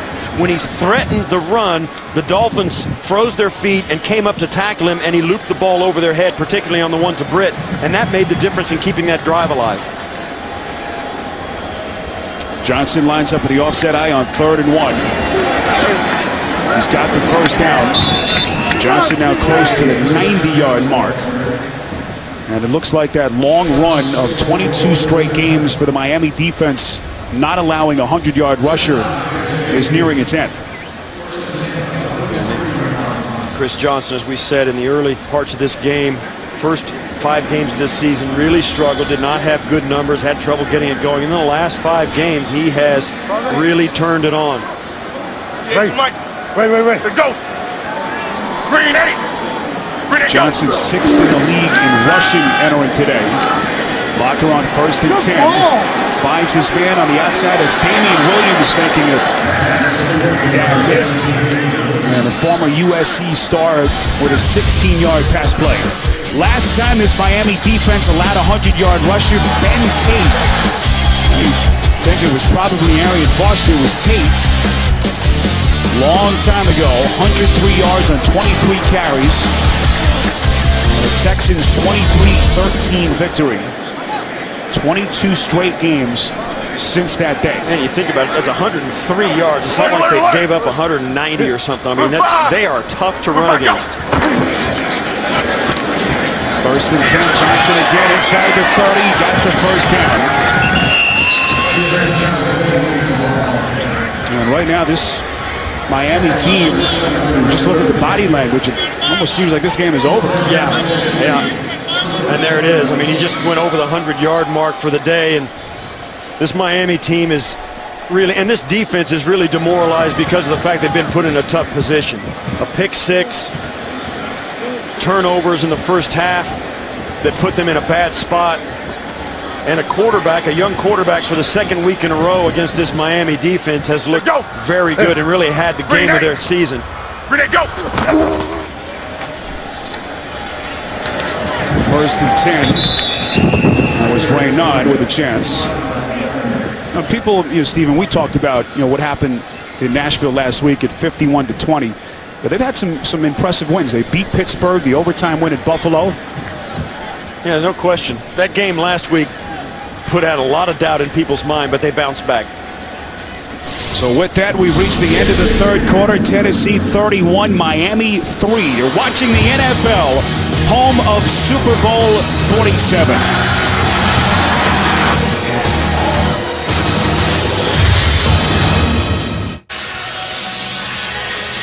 All Tennessee so far, if you've just joined us, 31-3 here.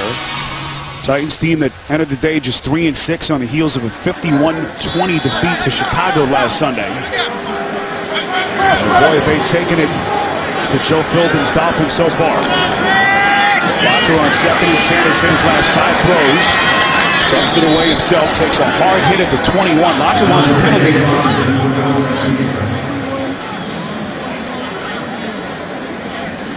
I don't think he's going to. I don't think that deserved a penalty. Not on first glance. There's no question he runs this and he tries to give himself up, but he kind of slides sideways instead of feet first, and it all happened at the same time. He never reached the ground before the defenders kind of piled on top of him. It was Kevin Burnett who came in on a hit. Sets up a 3rd and 4 from the 21.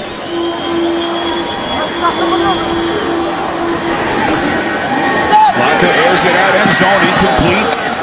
Unable to find Kenny Britt.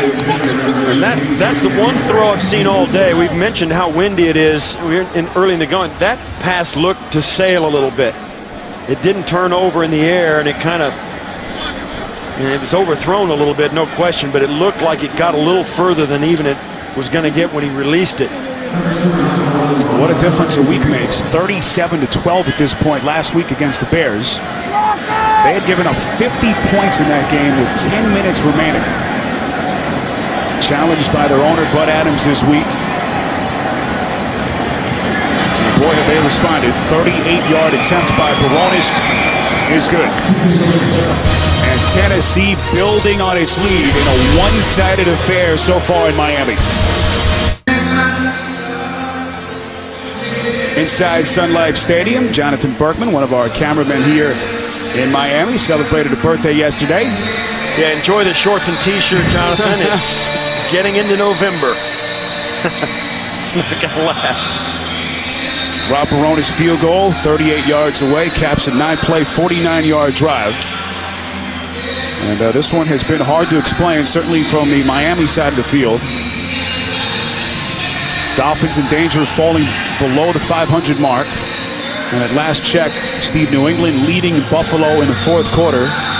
So a chance for the Patriots to build now to a 2-game lead atop the AFC East.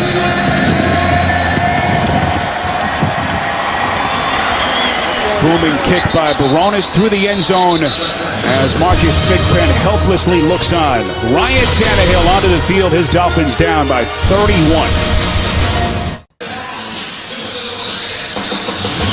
Get coverage of every NFL game with NFL Mobile. While on the go, watch live streaming of every touchdown from every game with NFL Network, as well as Thursday, Sunday, and Monday night games and NFL Network's 24/7 coverage. Star download or NFL.com/mobile.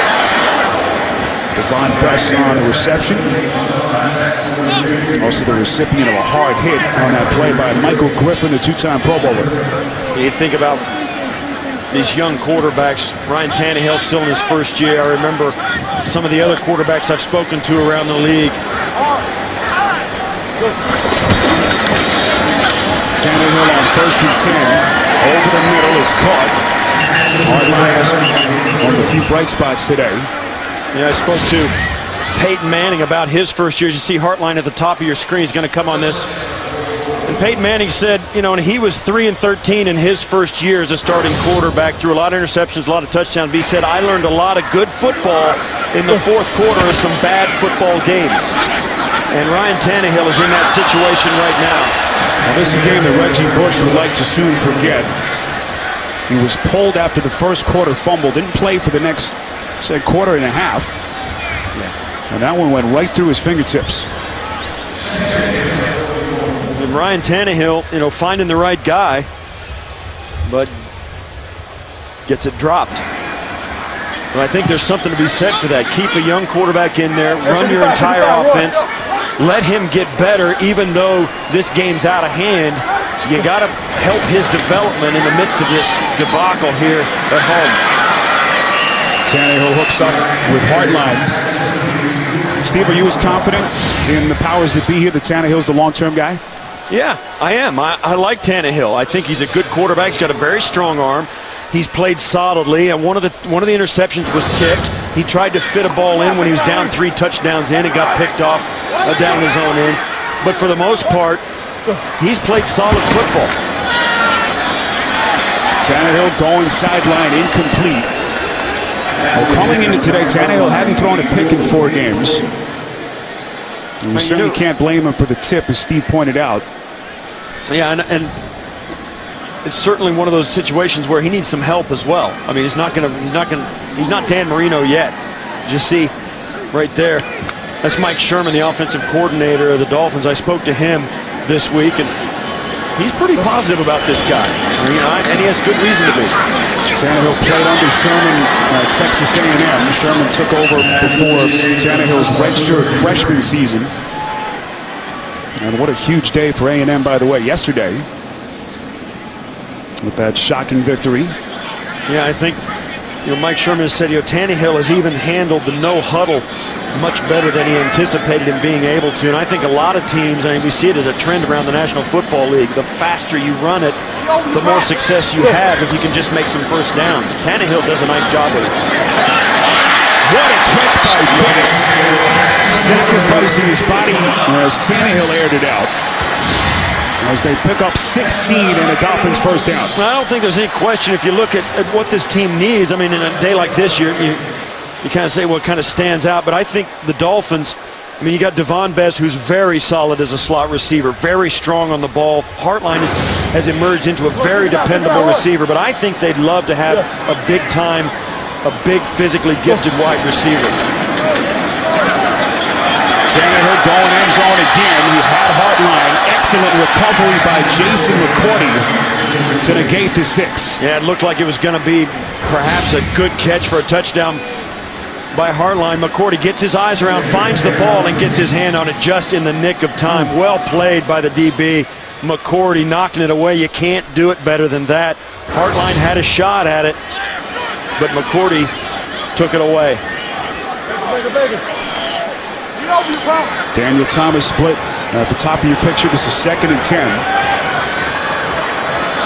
Tannehill working from the gun from the 19. Incomplete. Trying to find Thomas. And Tannehill doesn't like that. I mean, that's on him. It's a little bit outside. You're going to put it right on. Coming from the outside of your screen, he's going to hook up, and Tannehill's got to put it right on him. Now, Tannehill thinks he's going to plant and go back out. And that's an incompletion that Tannehill wants to have back. Those are the kind of throws that have to be automatic, 100%, never miss, at least for the quarterback. The receivers will drop them occasionally, or somebody will make a play or jump the route, but the ball has got to be on target 100% of the time. Intercepted. And that time he put it right in the defender's grasp. Zach Brown on a pick. And Tannehill know what to blame but himself on that play. Yeah, he just threw it, didn't see Brown, stepped in front of it, and he ended up making the tackle. 3rd interception of the day by Ryan Tannehill.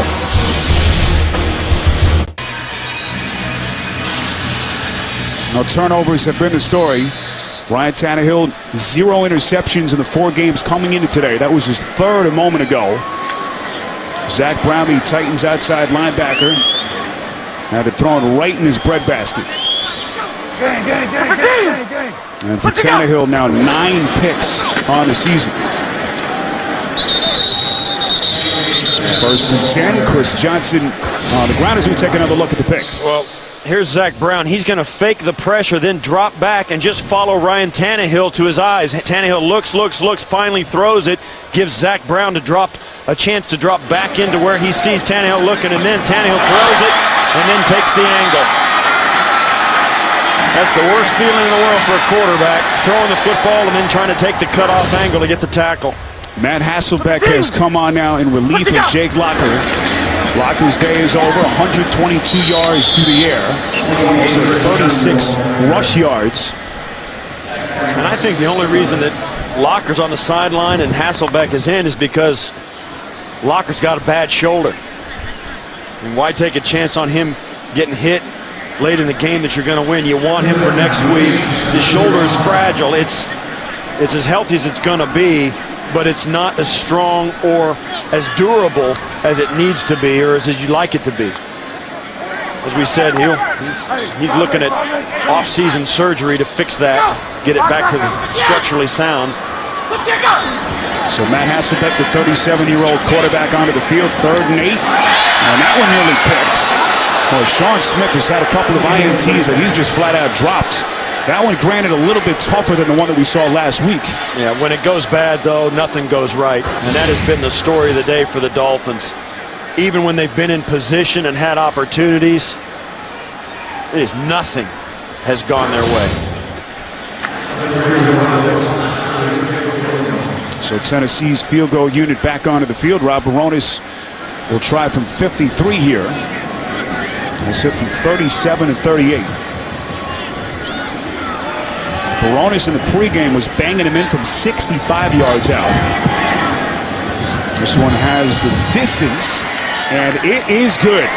What a kick by Baronis, 53 yards. And it's a 37-3 Tennessee lead. Chris Johnson and Tennessee taking advantage of the 4 takeaways today. Ryan Tannehill 3 picks, a Reggie Bush fumble back in the first quarter. And a Titans team that was left for dead after giving up 51 to the Bears last weekend has come roaring back today, up 34 points. Miami will get it back, but Ryan Tannehill, shoulders shrugged at this point, getting blown out. 24, run. 37-3, Tennessee dominant today. 9:45 to play, fourth quarter. Spiro Ditas, Steve Tasker, our entire CBS crew from Sun Life Stadium in Miami. At this point, Miami just trying to get anything positive going. Bring with them next weekend. We remind you, coming up, the Subway postgame show from New York. JB, Dan, Shannon, Boomer, and Coach Cowher will have all the latest scores and highlights. It's all coming up on the Subway postgame show. A couple of marquee games coming down to the finish.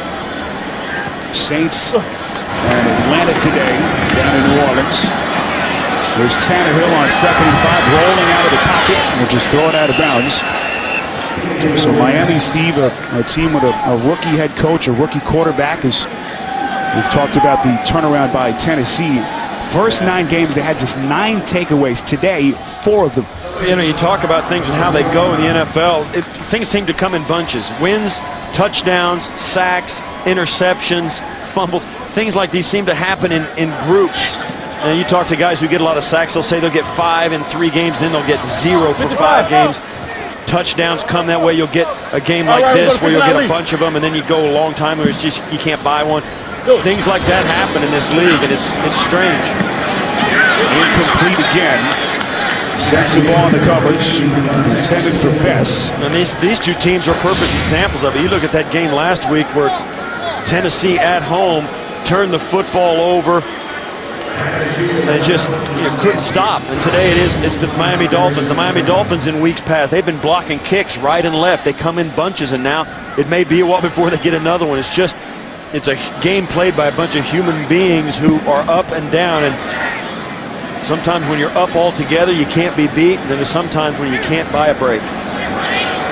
Here's Brandon Fields, the punter, having a career year for Miami. Leads the league in both gross and net punt average. This one takes a Tennessee bounce as they down it inside the 40. 37-3 your score with under 9 minutes remaining.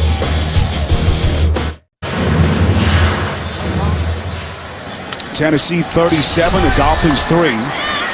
Matt Hasselbeck on in relief of Jake Locker. Solid day for Locker, his first game action since September the 30th. Multiple dislocations to that left shoulder, and what a day for Chris Johnson. Johnson over the century mark. Had 60 yards in the first half, and he will nearly equal that here, Steve, in the second half. Yeah, he's running so much better than he did at the beginning of the year. Some of it has to do with the offensive line and the way he feels in his performance, but I think some of it has to do with the emergence of Locker and the help he got from Hasselbeck. When Locker got hurt, he got a veteran quarterback in there that completed a little bit higher percentage of his passes, and now that Locker is back and the game today has gone as it has, it's helped Chris Johnson even more. Johnson with a $124 on the ground on 22 carries, including a 17-yard touchdown. And even a subtle play like that, Steve, he just makes the first guy miss. He's got that elusiveness back. When you look at the game he's had, the cutback block and turns it into a touchdown or inside the 10-yard line. Then this is the touchdown as he changes direction, turns on, splits the defenders, and walks into the end zone. So fast in the hole, and what makes him so different, I think, is his ability, and we've said it a number of times, he is a fast guy. He's a scat back, a guy who outruns people, but he's such a good runner inside the tackles as well. He's not afraid to duck his shoulder and get the tough yardage. 2nd and 9. Hasselbeck gives to Reynard. Johnson, of course, had that huge 2009, over 2,000 yards rushing, and the long holdout, Steve, prior to last season. Finally got the big extension that he wanted, but just didn't look like himself last year. People started to question his desire, his toughness. But he's had a good year this year, that's for sure. Well, when things go, and let's face it, today's a great example. When things go bad for you, like they're going for the Dolphins, everybody doubts everything. And the Tennessee Titans came into this game, and people were ready to stick a fork in them and their season, and they bounced back big. We tend so much to put too much weight into what we've seen in the most recent days, and not give credence to what the body of work that these teams have put together and these players have put together. Reynard again on 3rd and 7. Titans needing to get to the 35. He's well short. And I wouldn't be surprised if we see Baronis again. Well, he was hitting from 65 before the game. Kind of no man's land here. There's Baronis on the sideline. And they're going to stay and keep the offense on the field. They're not going to punt it. They're going to try and convert this 4th down. I wouldn't be surprised, really, if they try and get the Dolphins to jump off sides and maybe not snap it. But then again, why bother? Yeah, I mean, that's... So Hasselbeck onto the field here will stay there. 4th and 4 from the gun. Delay a game. Offense. 5-yard penalty. Still 4th down. Yeah, well, they were too long in the huddle if they were going to try and get them to jump off sides. Now they're going to end up having to punt it away. Well, they can't be perfect, but they've been very near perfect today. Up 37-3 as we move inside of 6 minutes.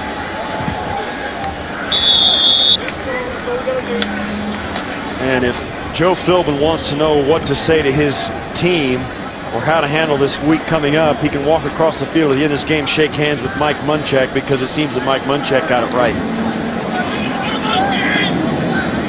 Munchak plays for an owner who's been around a long time. Bud Adams, now 89 years of age, as they signal for the fair catch. And like everything else today, it'll take a Tennessee bounce inside the 10. That's a good point. It's like everything else.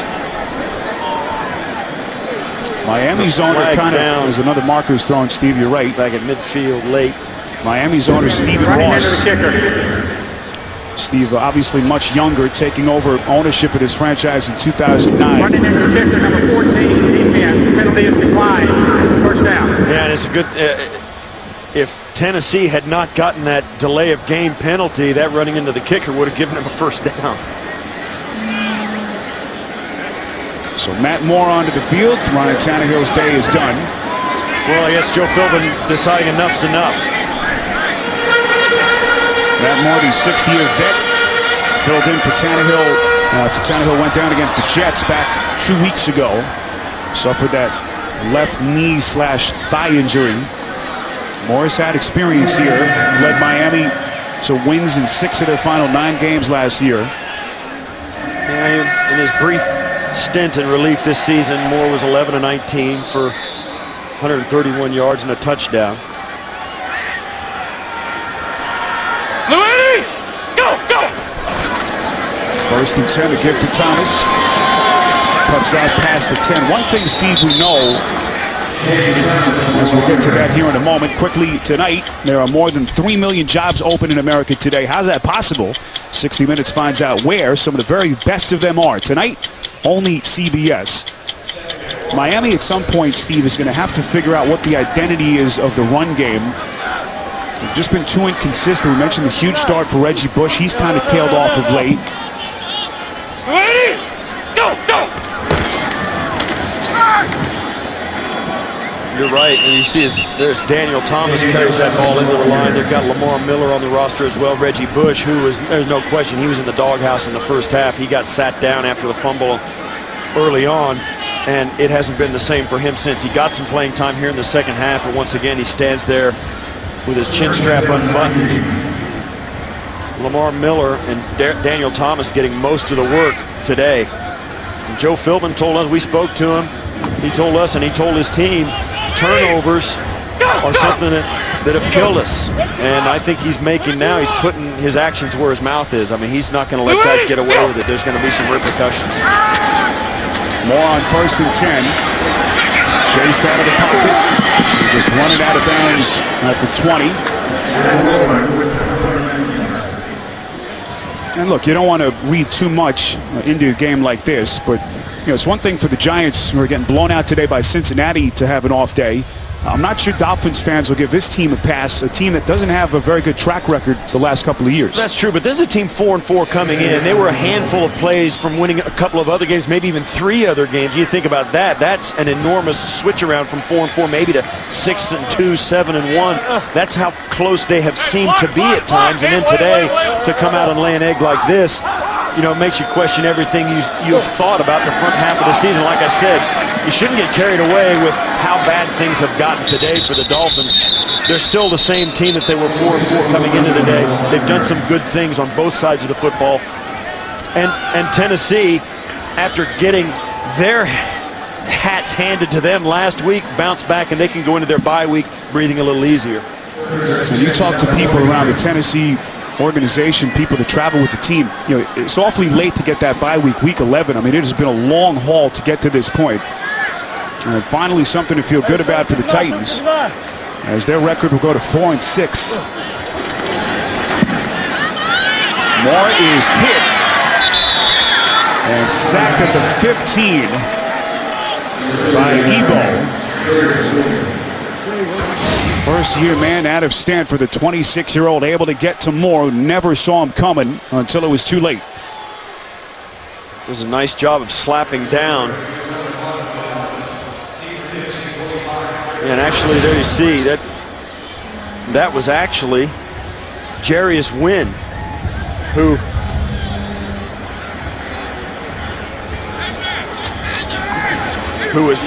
just took Ebo's place. I had him on my roster as well. That was Jarius Wynn, who's now wearing 79 for the Titans. So Miami on to punt here. Darius Raynaud from inside his own 40. And again, the turnovers have been the story. This was the Reggie Bush fumble at the 8-minute mark of the first. And Steve, Tennessee opportunistic all day. Absolutely. You get the batted ball there that led to the touchdown. Then this one, which is a 50-50 ball that led to the field goal. And then it just got worse and worse for the Dolphins. And here Tannehill drops it, and that sets Tennessee up deep in Dolphin territory that led to this long field goal late in the game after it was really already decided. But early on, this game started to go south on the Dolphins, and they just couldn't put the brakes on. Tennessee, after having experienced this exact same thing at their place last week, they put their foot on the gas and didn't look back. Darius Raynaud right up the gut inside Miami territory. Runs for 13 yards at a Tennessee first down. Chris Johnson done for the day, looking on. And I think, we've been talking about a little bit about, as we approach the 2-minute warning here, both these teams, Tennessee is not as good as 37-3, and Miami is not as bad. But these teams both have work to do. 2-minute warning in a game that can't end soon enough for the Dolphins, down 37-3. Jake Locker, all smiles today. Back on the field for the first time in 6 weeks. This one all but over here. Final 2 minutes will come off the clock. Tennessee 37, Miami 3. Dolphin fans. That's a pretty tough tattoo to live with today. Well, he hasn't covered up. He's wearing his colors despite the tough day. Ryan Tannehill, 3 picks if you've just joined us. A Miami team that came in just a game back of the Patriots as New England continues to lead the AFC East. Just did not have any answers right from the start. Yeah, that's a game in Foxborough that's going down to the wire. Patriots with the ball leading by 3 points. Patriots and Buffalo in that game. And their look at the updated standings. That was the standings coming in terms of the Patriots record. Miami will go to 4-5. Yeah, you think back to 3 weeks ago, all those teams were 3-3 together. New England wins, they'll go to 6-3 and would build their lead to 2 games. And Colin McCarthy back at Sun Life Stadium for the first time since he started here as a collegiate player for the Miami Hurricanes. You think about what this Miami team is facing, and I think it's a good thing. They play Thursday night in Buffalo, which will give them an opportunity to shove this game into the rearview mirror and move on to the next game. They don't have a choice, and I think that's a good thing for the Dolphins. Well, Bud Adams, the 89-year-old owner of the Titans, challenged his franchise this week, and boy, did they respond. As the Titans dominant today here in Miami. They do it behind 126 yards on the ground from Chris Johnson. And Jake Locker with another 122 through the air. And win it by 34 points. And Joe Philbin and his staff will go through the same kind of week that Mike Munchak went through this week. Philbin hoping that his team will draw motivation from the embarrassment getting beat like this at home, turning the football over. And you can bet that they will. You can bet that this Dolphin team will bounce back and play much better this Thursday night in Buffalo. Titans go to 4-6. Miami now at 4-5. Your final score: Tennessee 37 and Miami 3. Coming up next, the Subway postgame show from New York. Now for Steve Tasker and our entire CBS crew, this is Spiro Ditas saying so long from Miami. You've been watching the NFL on CBS. We'll join James Brown in New York after this.